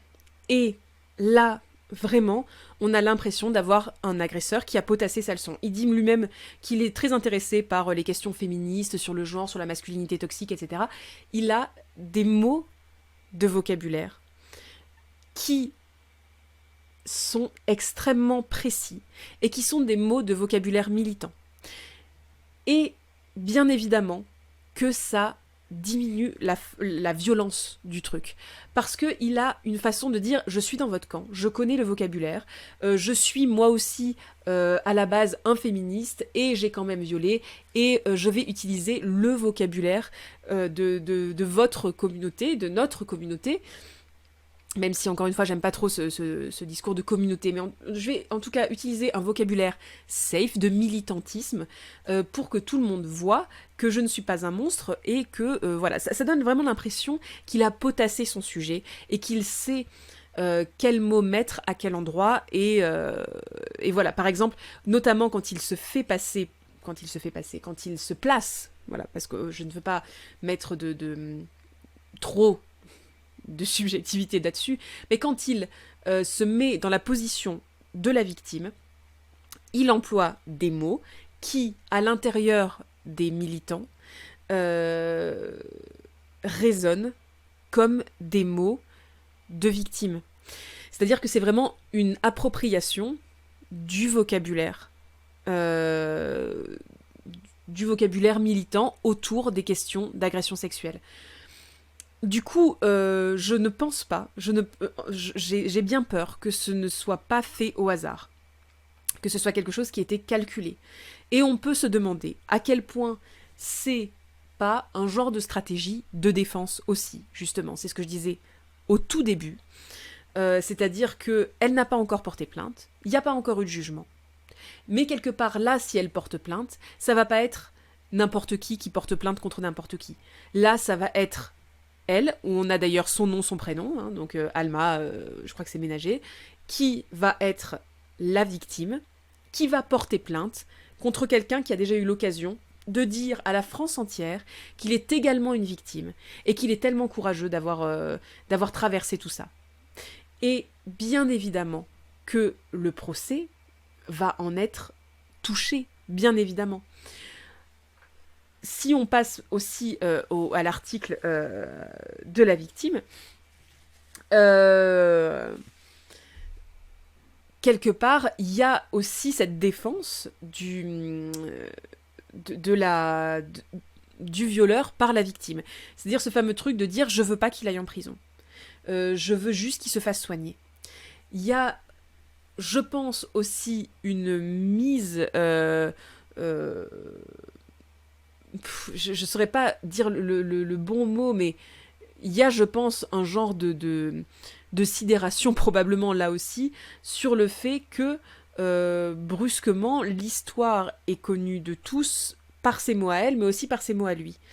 Et je pense que le fait de se dire, en tout cas, je ne veux pas qu'il aille en prison parce que c'est trop pour ce qu'il a fait, en gros, ça fait partie de la culture du viol intériorisée. C'est le fait vraiment de dire non, je veux pas qu'il traverse ça pour ça. Et encore une fois, alors pour le coup, là, d'un point de vue purement juridique, de toute façon, c'est pas à elle de dire qu'est-ce qu'elle veut qu'il ait comme sentence, hein, dans tous les cas. Mais il y a quand même ce truc très intériorisé de je veux pas qu'il paye autant pour si peu. C'est pas ce qu'elle dit, mais c'est ce qui est entendu notamment par les victimes potentielles. Et ça n'enlève pas qu'elle le pense sûrement, mais le fait est que je pense effectivement qu'il y a un genre de culture du viol intériorisé là-dedans.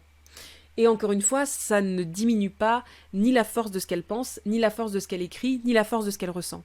Mais là, clairement, on est en train... Quand même, elle dit à quel point elle a été soulagée de voir le mot viol écrit noir sur blanc, de voir que lui, il reconnaissait le viol.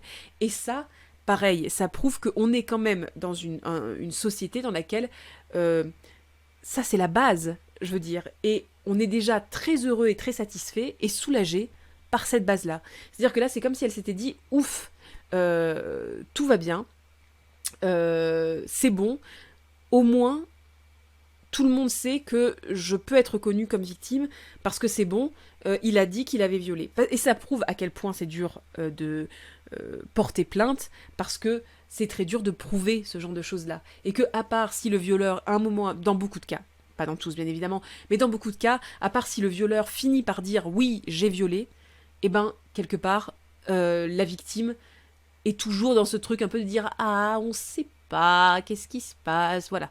Donc du coup, c'est pas anodin le fait qu'elle se dise soulagée de ouf d'avoir juste vu écrit oui, je t'ai violé, c'est vrai. C'est qu'on se contente quelque part de peu parce que c'est la base quelque part. Enfin, on est vraiment sur la base de la base. J'essaie de remonter un peu dans le chat pour voir ce que vous avez écrit, pardon. Mais c'est une victoire, non, l'adversaire qui reprend le schéma symbolique du féminisme, la médiatisation d'un viol conjugal, et non, ce n'est pas un monstre. Alors, c'est une victoire, non, pas tellement. Je ne suis pas sûre qu'il se pose comme l'adversaire qui reprend le schéma symbolique du féminisme, comme tu le dis, TW. Là, je pense que on est loin d'une victoire. On est sur un principe où un violeur, justement, peut être assez renseigné pour pouvoir se réapproprier les mots, pour pouvoir du coup se mettre dans une position de victime, parce qu'il va utiliser les mots militants qui interpellent tout de suite comme on va dire, qui symbolise, entre guillemets, le vocabulaire qui est associé à la victime. Ceci dit, bien évidemment que quelque part, il y a dans ce texte qu'il a écrit des choses qui sont réelles et qui sont défendues, encore une fois, qui essaient d'être mises en avant plutôt que défendues depuis très longtemps par les féministes. Mais c'est pas tellement une victoire du coup, puisque c'est une petite victoire de se dire que maintenant certaines personnes peuvent alors qu'ils n'étaient pas amenés à ça et qu'ils auraient plutôt fait partie du camp adverse, encore une fois, s'il y a des camps qui se font face, je suis pas d'accord avec cette image-là, mais bon, bref, pour schématiser, que des personnes de ce camp-là, quelque part, viennent dire les choses. Mais le problème, et là où c'est pas tellement une victoire, c'est que à nouveau, comme je l'ai dit auparavant, eh bien, il faut que ce soit un homme, et un agresseur là encore plus, qui prennent la parole sur ces choses-là qui sont dites depuis je ne sais pas combien de temps, pour que on écoute. Encore une fois, là-dedans, il n'apprend rien à personne. Vraiment. Il y a rien, il y a aucune féministe ou aucun féministe, militant féministe qui va regarder, qui va faire « Ah, mais c'était donc ça, mais c'est vrai, j'avais pas pensé comme ça ». Il redit exactement les mêmes choses que tous les militants et militantes féministes disent depuis très longtemps. Donc, bien évidemment que là-dedans, c'est pas une victoire, au contraire, de voir que il faut ça pour que la parole soit prise en compte, on se dit, ben, c'est quand même d'une tristesse infinie. La médiatisation d'un viol conjugal, du coup, ça veut dire aussi que, ben, comme la culture du viol, malheureusement, l'enseigne bien, il faut absolument que ce soit le violeur qui reconnaisse, quelque part, qu'il a violé, parce que sinon, si lui ne le reconnaît pas, de toute façon, le crime n'est pas reconnu, parce qu'il n'y a pas moyen de prouver. Il y a ce truc-là, vraiment, surtout dans le viol conjugal, il y a ce truc-là, vraiment, de... même dans son appel à la fin, il y a un petit côté « Allez les mecs, faites comme moi, dites si vous avez mal fait les choses ». Oui, ça part d'un bon sentiment. Et oui, ce serait bien que les mecs avouent ce qu'ils ont fait et qu'ils assument. Seulement, avec des discours comme celui qu'il y a là, que j'ai lu, il y a vraiment ce truc d'assumer, mais d'assumer dans un contexte où on dit « c'est de notre faute, mais c'est pas trop de notre faute quand même, vous comprenez, c'est la société ». Or, bien évidemment que la société, et c'est le principe de la culture du viol aussi, la société peut pousser à des comportements... alors, je ne pense pas qu'elle pousse à des comportements, je pense plutôt qu'elle pousse à l'acceptation de comportements comme ça. Mais le fait est que le comportement en lui-même n'est pas acceptable pour autant. Voilà, il y a, on va dire, un environnement qui fait que ces comportements-là peuvent potentiellement être moins punis. Voilà, être plus oh c'est pas grave, oui c'est désagréable mais c'est pas grave. C'est ça le truc, c'est que la société autour contribue à faire de ça un geste banal.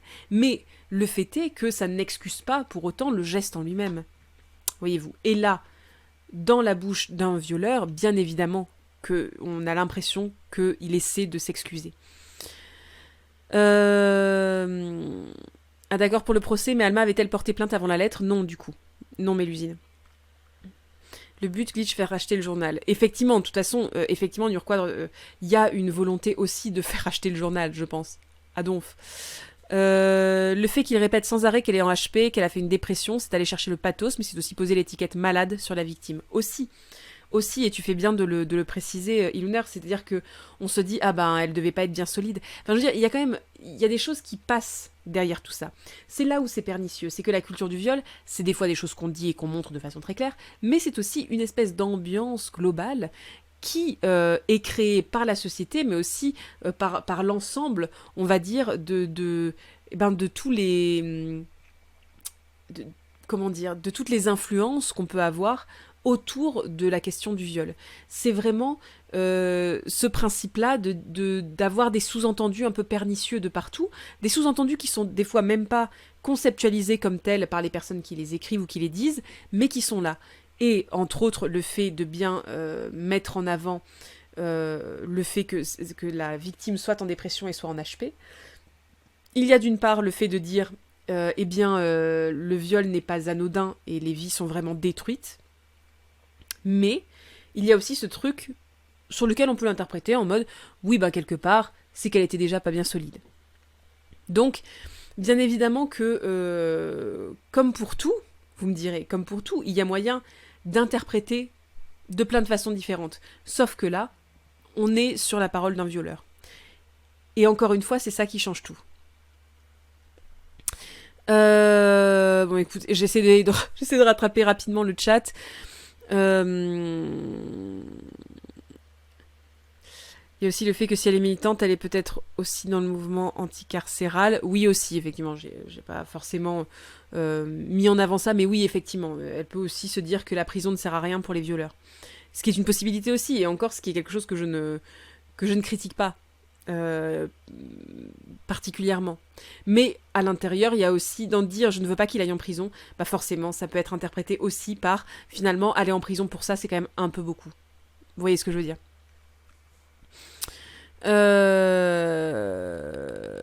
Il dit qu'il a violé, c'est énorme, il suffit maintenant d'appuyer sur le bouton. Bah oui, alors oui, c'est énorme. Effectivement, il y a un truc où c'est énorme. Et en même temps, tout son discours tend à dire c'est énorme, mais pas tant que ça. Ce qui est énorme surtout, c'est la réflexion que j'ai après le viol. C'est ça le truc aussi, c'est que toute cette réflexion-là dit c'est ça qui est le plus important, et c'est ça qui est, et c'est là qui est la conclusion aussi. Hein. Écoutez-vous, écoutons-nous et avançons. Et ce côté-là, vraiment, ce qui est le plus important, c'est pas ce que j'ai fait, c'est tout ce que j'ai construit dessus d'intellectuel, tout ce que j'ai intellectualisé dessus. Ça aussi, c'est très choquant.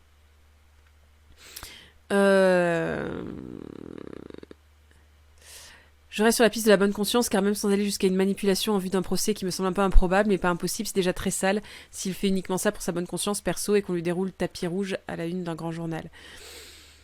On ne sait pas exactement, on peut pas être à l'intérieur non plus de ses pensées, donc c'est compliqué de savoir exactement le pourquoi, du comment. Mais qu'ils choisissent vos armes plutôt que celles du traditionnel du patriarcat inscrit l'avancée du féminisme. Oui, et ça inscrit aussi sûrement l'avancée des agresseurs. Qui trouvent quand même des moyens de justifier leurs actes aussi. Donc c'est... Oui, on est d'accord que c'est un truc... On voit il y a beaucoup de gens sur Twitter qui ont parlé du backlash, du fait que c'était un genre de backlash après MeToo. Donc vous savez, le backlash, c'est le retour de bâton, quoi. C'est vraiment le truc qu'on se prend après coup. Et qui ont dit que ça, c'était le retour de bâton après MeToo. C'est-à-dire que c'est des hommes, là pour le coup un homme, extrêmement informé, qui viole quand même, mais qui a les armes ensuite pour atténuer son geste. Et je n'ai pas encore de réflexion faite là-dessus. C'est-à-dire que je ne sais pas comment les choses vont évoluer. Est-ce que ça, c'est un backlash de MeToo et de... Oula, pardon. De cette démocratisation de la pensée militante féministe? Je sais pas, j'espère vraiment que non et que ce sont des cas isolés, mais quelque part, moi, ça m'a fait réfléchir à ça, à ce retour de bâton-là. Est-ce que c'est à ça qu'on s'expose finalement sur des personnes qui ne sont militantes ou convaincues, on va dire, que de surface? Est-ce qu'on s'expose pas à ce truc-là de les comportements problématiques ou criminels continuent en sous-main, quelque part, mais où on peut l'enrober d'un genre de militantisme et de déconstruction hyper fort, en mode oui, mais moi j'ai compris d'où ça venait, donc du coup, quelque part, mon geste est un petit peu moins violent et moins monstrueux du fait que j'ai compris d'où est-ce que ça venait.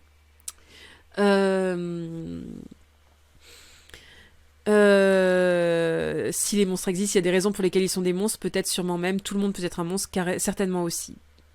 Oui, Nurquadre, tout à fait. Pour autant, si les monstres existent, et toi, tu en es un gros con.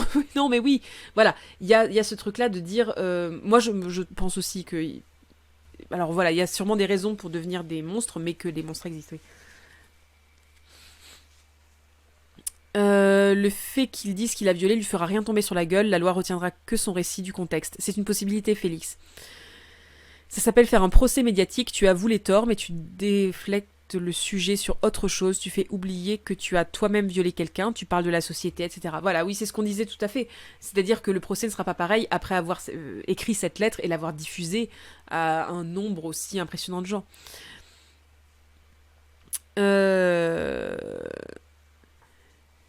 Je suis peut-être naïf, mais je pense que le mec est dead avec son aveu. Je suis pas sûre. D'autant plus que la victime, elle, a diffusé son nom et son prénom, mais lui, non.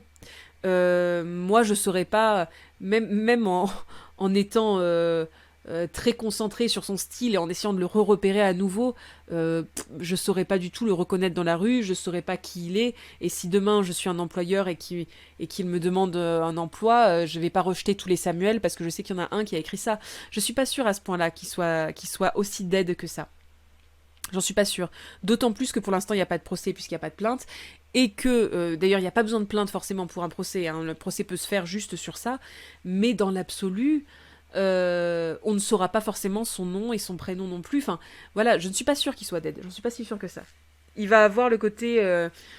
je pense que le truc qui dit « Ah, je veux surtout pas être un héros ». Oui, mais je pense que quand même, il va avoir un petit côté héroïque du mec qui s'est rendu compte qu'il avait fait un truc mal. Je pense, hein. Je pense malheureusement qu'il va y avoir quelque chose de cet ordre-là. Trop de mecs vont se reconnaître en lui pour que quoi que ce soit lui arrive malheureusement. J'en ai peur aussi, Illuner. Mais justement, les hommes ont perdu le monopole symbolique et doivent pour faire la une dire ce que disent les féministes. Le type, c'est pas une nouvelle Beauvoir, mais il est obligé aujourd'hui de faire comme ça. Oui, alors je comprends ce que tu veux dire, TW, vraiment. Mais pour autant, c'est la une de Libé.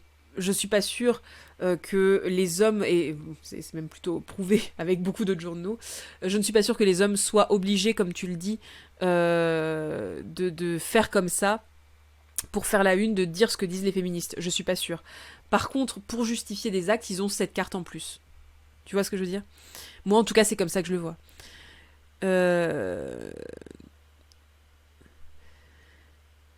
Et surtout, le fait qu'il soit conscientisé, il est censé savoir comment ça sera reçu. Oui, en plus. La culture du viol, c'est le déni de cette violence. L'usage par les uns du corps des autres n'est pas un crime. Là, le criminel dit bien le contraire. Il dit que le rapport de légitimité s'inverse, on avance. Alors, oui et non.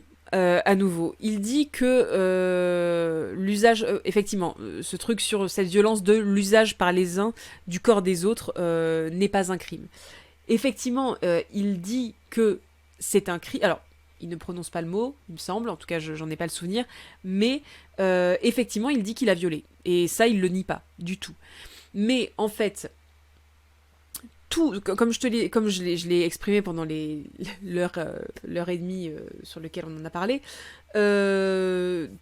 tout finalement son argumentation repose sur les bases de la culture du viol. Le fait d'avoir parlé de la relation au début, le fait de se poser en même place que la victime, le fait de parler de la société, de détourner le sujet, d'achever son discours, son réquisitoire sur le mais finalement, est-ce qu'on n'est pas un peu tous responsables de tout ça, etc. Bien évidemment que ça augmente la culture du viol. Et c'est là où on disait globalement que c'est pernicieux, c'est que en utilisant quelque part ce vocabulaire militant, on a l'impression qu'il dénonce quelque chose, alors qu'au final, si on s'y attarde un peu, c'est surtout qu'il rajoute des strates de culture du viol sur la culture du viol. Après, on est d'accord qu'il ne dit pas que c'est bien ce qu'il a fait. Et il ne dit pas qu'il n'a pas fait le viol. Et il dit en gros que il a violé, que c'est un violeur, voilà. Il le dit. Mais pour autant, c'est tellement noyé dans énormément de vocabulaire militant, dans tout le contexte, dans plein de choses, que le crime en lui-même est assez ténu et assez faible. Voilà, il n'y a pas de réalisation réelle de ce crime-là. Il y a une réalisation du contexte du crime. Et il le dit parce que le rapport de la légitimité s'inverse, on avance.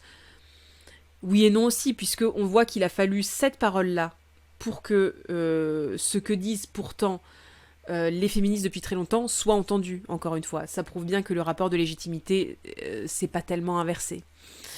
À ce propos, est-ce qu'on a la certitude que les lettres n'ont pas été éditées, coupées, régencées par Libé ?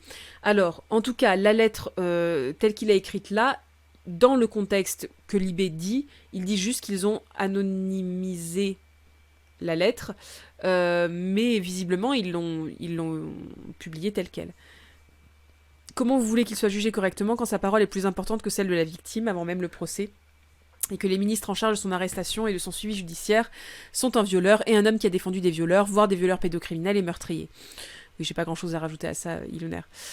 Oui, je crois qu'il attend presque une médaille et certains sont en train de le considérer. Mais oui, c'est ça. Si le type voulait vraiment faire une pénitence, peut-être, il n'aurait pas fait publier une lettre, il serait allé se livrer aux flics. Une lettre d'excuse, c'est pour se faire absoudre, pas pour avouer. Ça, c'est intéressant, Félix, effectivement, là-dessus. On peut se demander pourquoi est-ce qu'il a fait ça, quelque part. Dans quel but, quel est le but réel de tout ça, et pourquoi ne pas aller directement à la police pour dire « j'ai fait un crime et je veux payer pour le crime que j'ai fait ». C'est différent de faire ça plutôt que d'écrire une lettre pour qu'elle soit publiée au final. Oui, c'est sûr. C'est sûr qu'il y a une différence entre finalement essayer d'assumer et essayer de se faire absoudre par un jury populaire, on va dire. C'est assez différent là-dessus.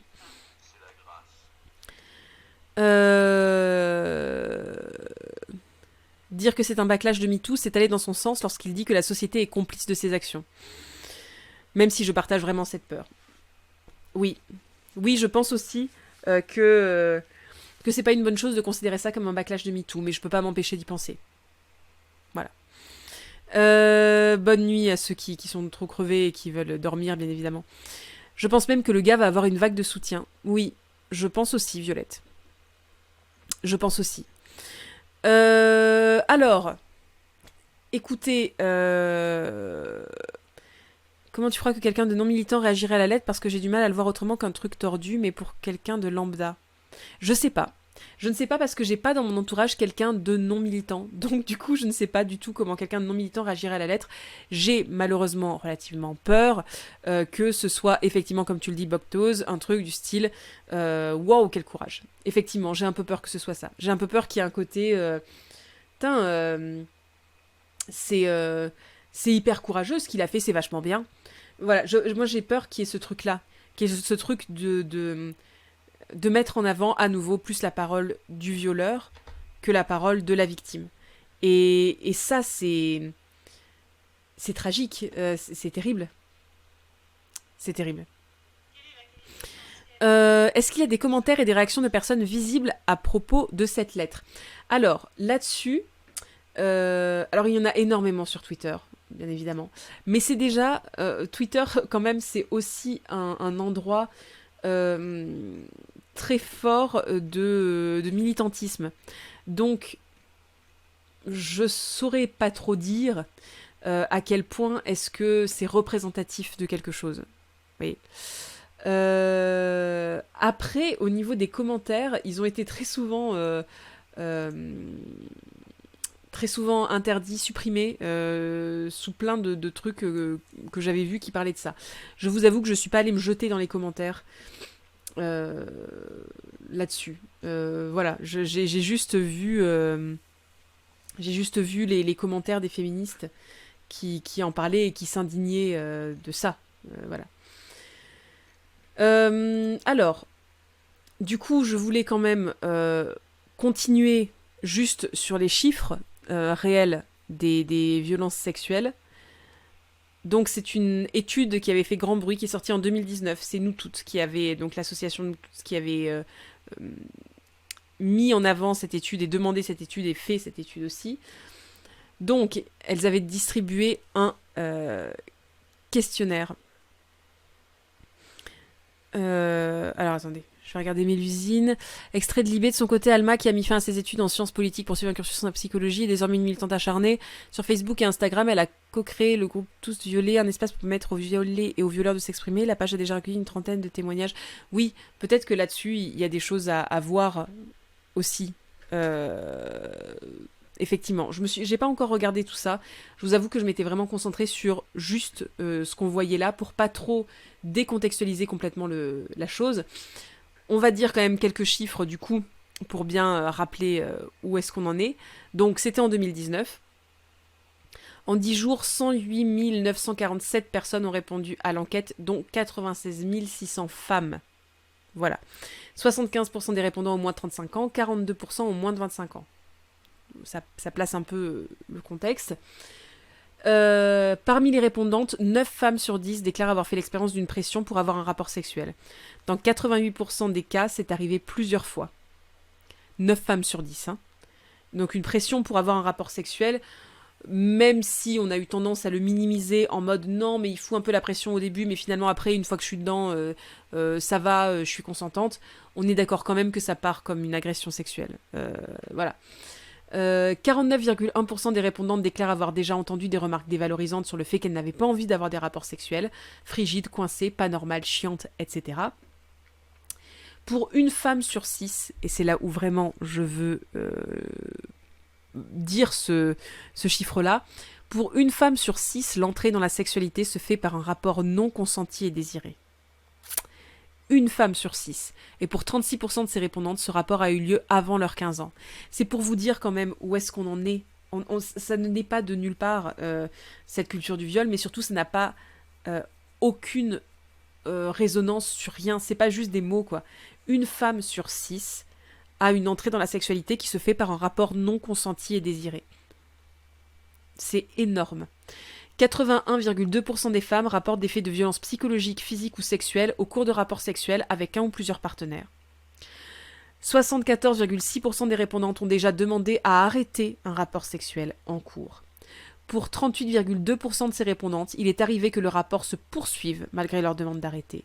Au total, cela représente 27% des répondantes. C'est quand même, encore une fois, assez fou le fait que sur ces nanas qui ont réussi, parce que c'est pas évident pour tout le monde de dire au milieu d'un rapport sexuel je ne veux plus, je veux arrêter, il y a quand même presque 40% des répondantes qui ont déjà eu des rapports sexuels, qui ont continué malgré tout après ça. Encore une fois, c'est vraiment beaucoup, vraiment vraiment beaucoup. Plus d'une répondante sur 2 déclare avoir fait l'expérience avec un ou plusieurs partenaires d'un rapport sexuel avec pénétration non consentie. 53,2%. C'est beaucoup. C'est beaucoup trop. Plus d'une femme sur 2. Enfin, 2 femmes sur 3, 67,5%, déclarent avoir fait l'expérience avec un ou plusieurs partenaires d'actes sexuels non consentis avec ou sans pénétration. Pour 64,8% d'entre elles, c'est arrivé plusieurs fois au cours de leur vie. Voilà. Donc, on a ces chiffres-là. Qu'est-ce qu'on en fait? Ça, c'est vraiment la question sur laquelle j'aimerais qu'on s'axe pour la fin du stream. Quelle solution, bordel, ça m'énerve. Si vous attendez qu'on change, laissez tomber, mettez-vous à l'autodéfense, du sport de combat pour toutes. Alors, ça aussi, c'est partie de la culture du viol, de se dire que il faut que ce soit les femmes, du coup, qui se défendent, et que, du coup, il faut leur apprendre des sports de combat. Voilà. Tac, ça fait aussi partie du truc. Mais je comprends que ça énerve. Fait de la boxe couille plexus gorge. J'aime assez cette combinaison couille plexus gorge. Mais demander aux femmes, en gros, de faire des efforts pour se défendre, ça fait partie de la culture du viol, quelque part. Là, qu'est-ce qu'on fait des chiffres, surtout? C'est que il va falloir éduquer énormément. Il va falloir éduquer encore et encore. Répondre à la violence par la violence, ça peut être une solution pour un temps, mais ce ne sera pas une solution à long terme. C'est-à-dire que ça va être les plus forts s'en sortent, les plus faibles se font marcher dessus. C'est-à-dire que alors, c'est pas des efforts, la culture du viol, c'est vous dire que vous êtes fragile. Est-ce que c'est la culture du viol qui dit qu'on est fragile? C'est pas ça le fait. Le fait est que même les plus forts peuvent être fragiles à ce moment-là. Il y a des phénomènes de sidération, etc. Il y a des hommes qui sont dans la culture populaire très très forts et avec plein de moyens de se défendre et qui se font violer quand même. Il y a un phénomène de sidération, il y a des phénomènes de pression, il y a des choses beaucoup plus pernicieuses que juste un rapport de force physique pure dans un viol. Qu'est-ce qu'il faut faire là-dedans? Il faut éduquer, et notamment faire de l'éducation sexuelle. Et ça fait partie aussi d'ailleurs de ce que dit ce mec dans la tribune de Libé. Voilà. C'est vraiment une éducation réelle. L'éducation au consentement, l'éducation au fait que on ne peut pas prendre le corps de quelqu'un d'autre comme ça. On ne peut pas se servir du corps de quelqu'un d'autre. Et quand quelqu'un dit non, c'est non. Quelle que soit la personne, quel que soit le contexte, quel que soit le moment dans lequel elle le dit, quand on dit non à un rapport, c'est non. Et ça devient non à partir de ce moment-là. Il faut arrêter de penser que le consentement, ça va être quelque chose qui va bloquer le rapport, par exemple. Que ça va tout casser, de dire à quelqu'un avant de coucher avec lui, est-ce que tu veux qu'on couche ensemble? Est-ce que tu as envie de moi? Est-ce que tu as envie de sexe maintenant? C'est des choses qui sont qui ne devraient pas être perçues comme quelque chose qui bloque, mais au contraire comme quelque chose qui ouvre la porte à la joie et à la bonne humeur.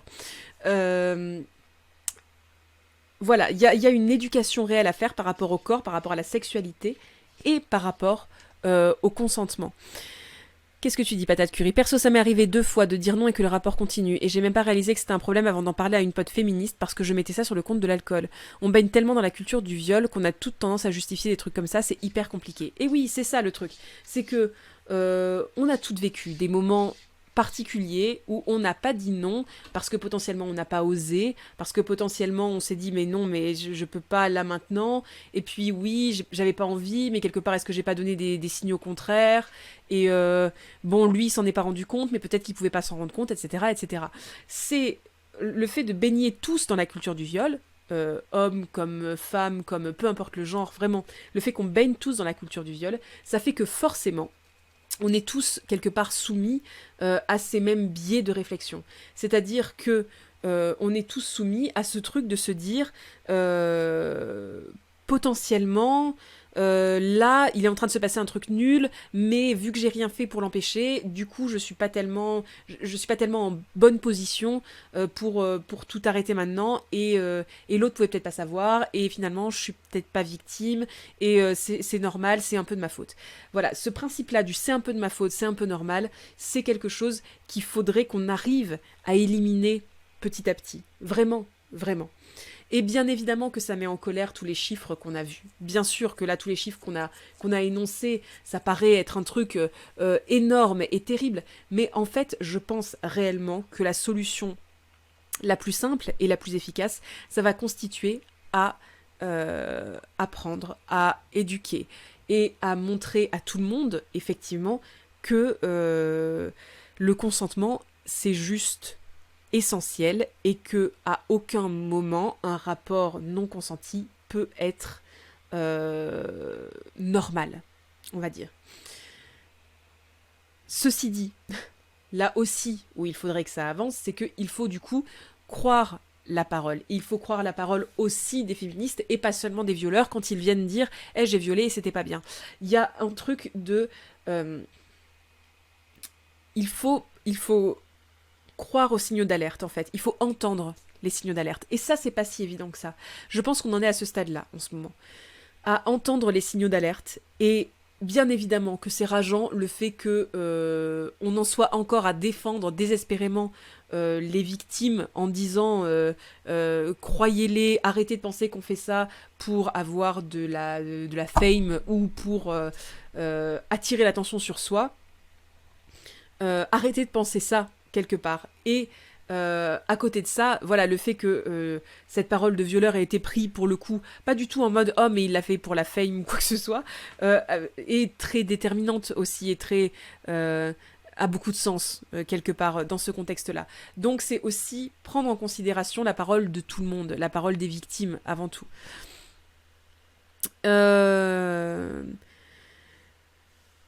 Oui, puis le cercle de la violence, c'est pas une bonne idée, surtout quand on a des alternatives, même si elles sont plus longues, plus difficiles, on doit choisir ces alternatives. Oui, c'est-à-dire que ça va pas fonctionner sur le long terme, la violence, quoi. Si c'est des efforts, c'est une charge mentale supplémentaire qui incombe encore une fois aux potentielles victimes et aux victimes. Oui, et puis du coup, ça veut dire aussi que il y a un côté, ah bah oui, mais elle s'est faite violer, ou il s'est fait violer, mais pourquoi il pouvait pas se défendre aussi ? Pourquoi est-ce qu'il n'a pas fait l'effort d'essayer de se défendre ? Et c'est déjà quelque chose qui est très souvent là, présent, hein, dans beaucoup de cas d'agression sexuelle. Je suis d'accord avec ça sur le consentement. J'ai déjà repoussé un baiser alors que j'en avais envie, mais parce qu'on m'avait pas demandé.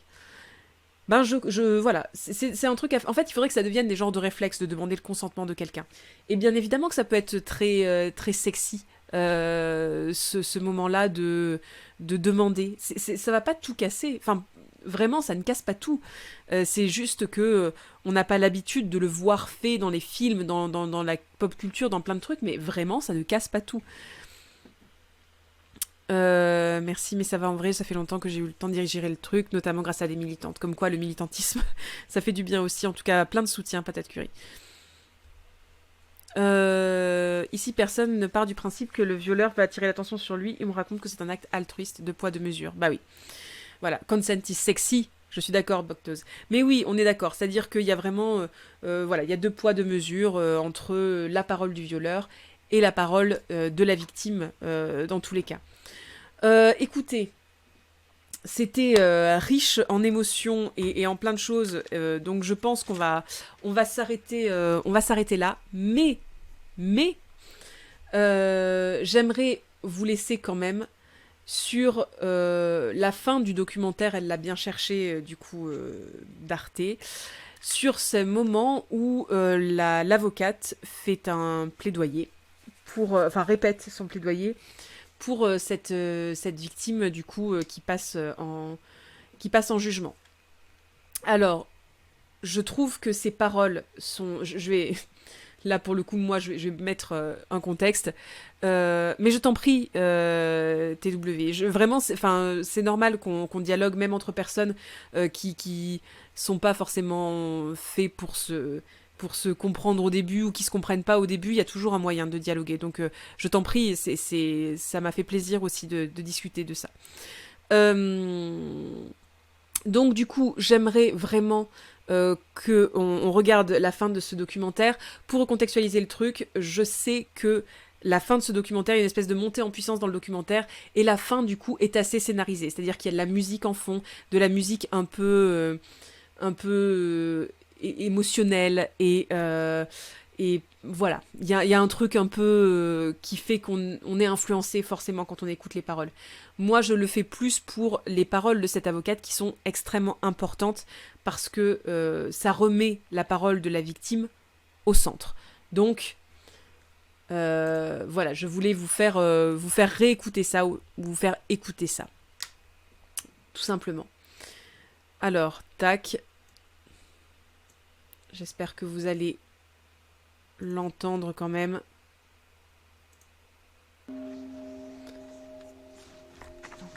Mesdames et messieurs les jurés,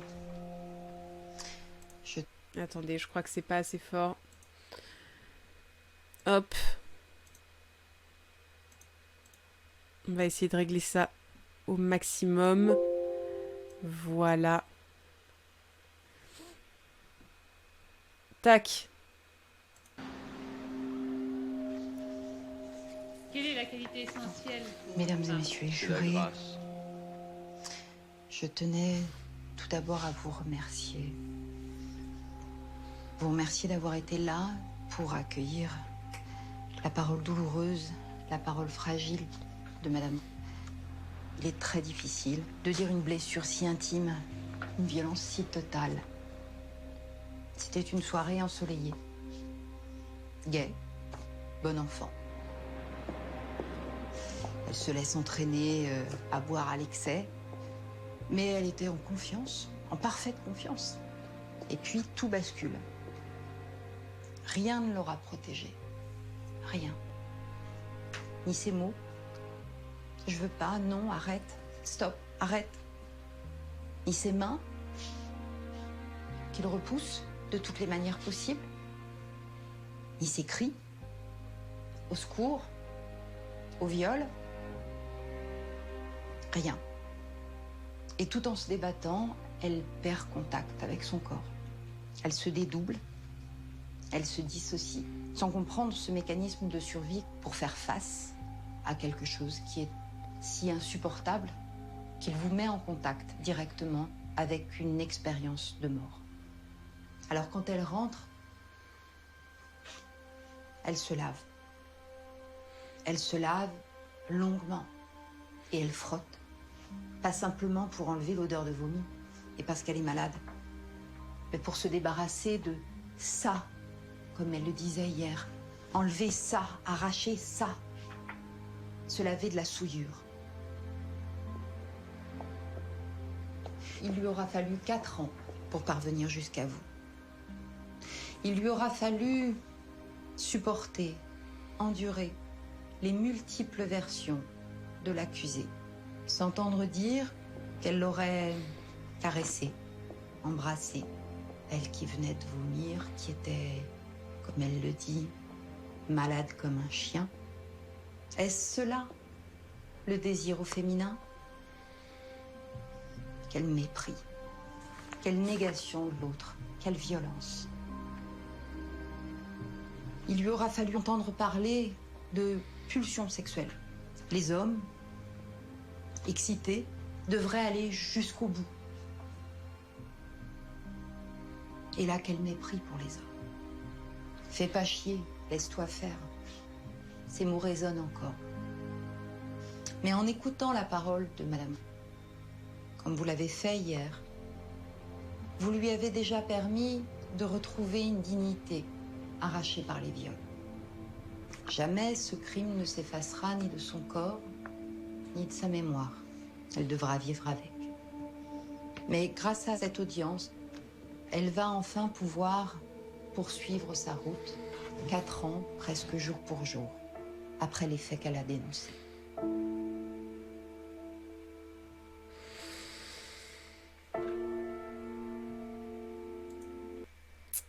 Voilà, écoutez, que dire de plus que ça sur le fait que la place de la parole de la victime devrait toujours être centrale, devrait toujours être la première à être entendue, devrait toujours être la première à émerger et à faire réagir. Que dire de plus par rapport aussi à la violence du moment, à... Voilà, c'est...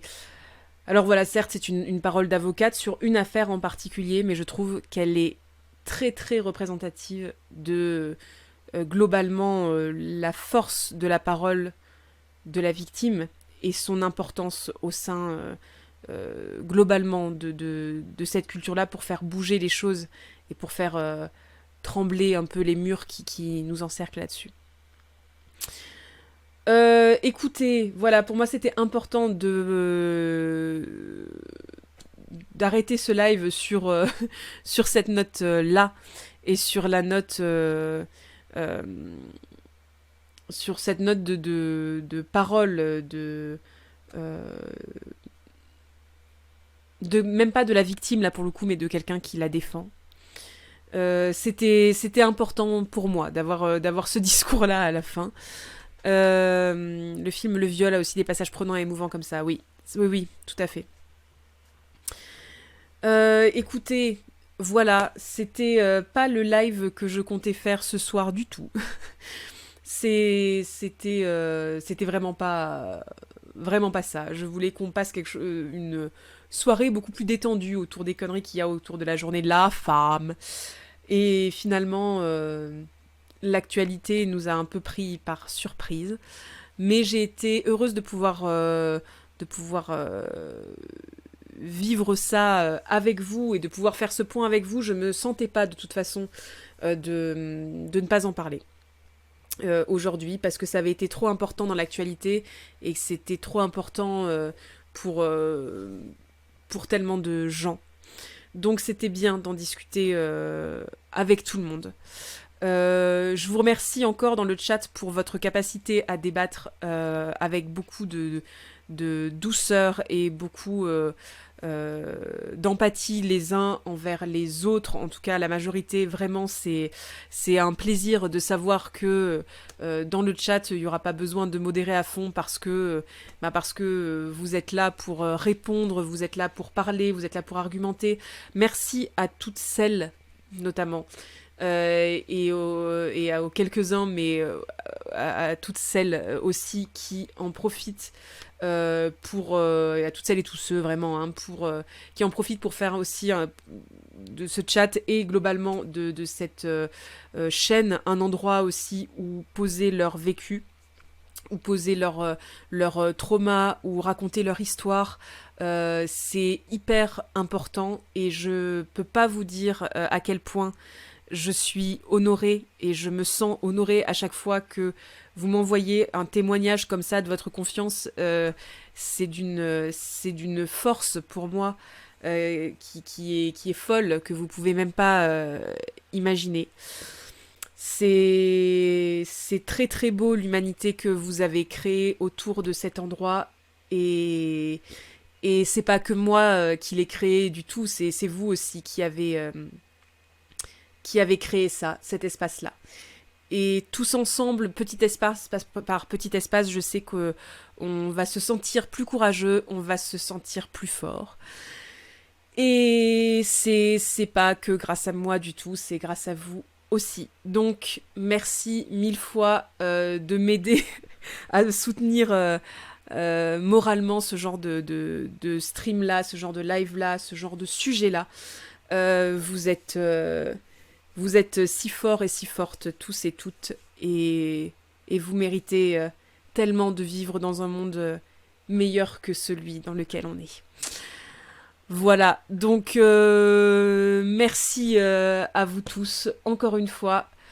Passez une bonne soirée, quand même. On est tous ensemble, nous sommes tellement nombreux quelque part. Et c'est une citation de Shelley. On va même s'arrêter sur une citation scolaire dans Secret d'Histoire, c'est fabuleux. Une citation de Shelley qui dit dans un de ses poèmes You are many and they are few. Donc voilà, tu es plusieurs. Et vous êtes plusieurs, mais voilà, tu es plusieurs et ils sont peu. Et tu es beaucoup même, et ils sont peu. Tu es nombreux et ils sont peu. Voilà. On va rester là-dessus. Tu es nombreux et ils sont peu. et garder espoir dans le fait que les choses vont changer petit à petit.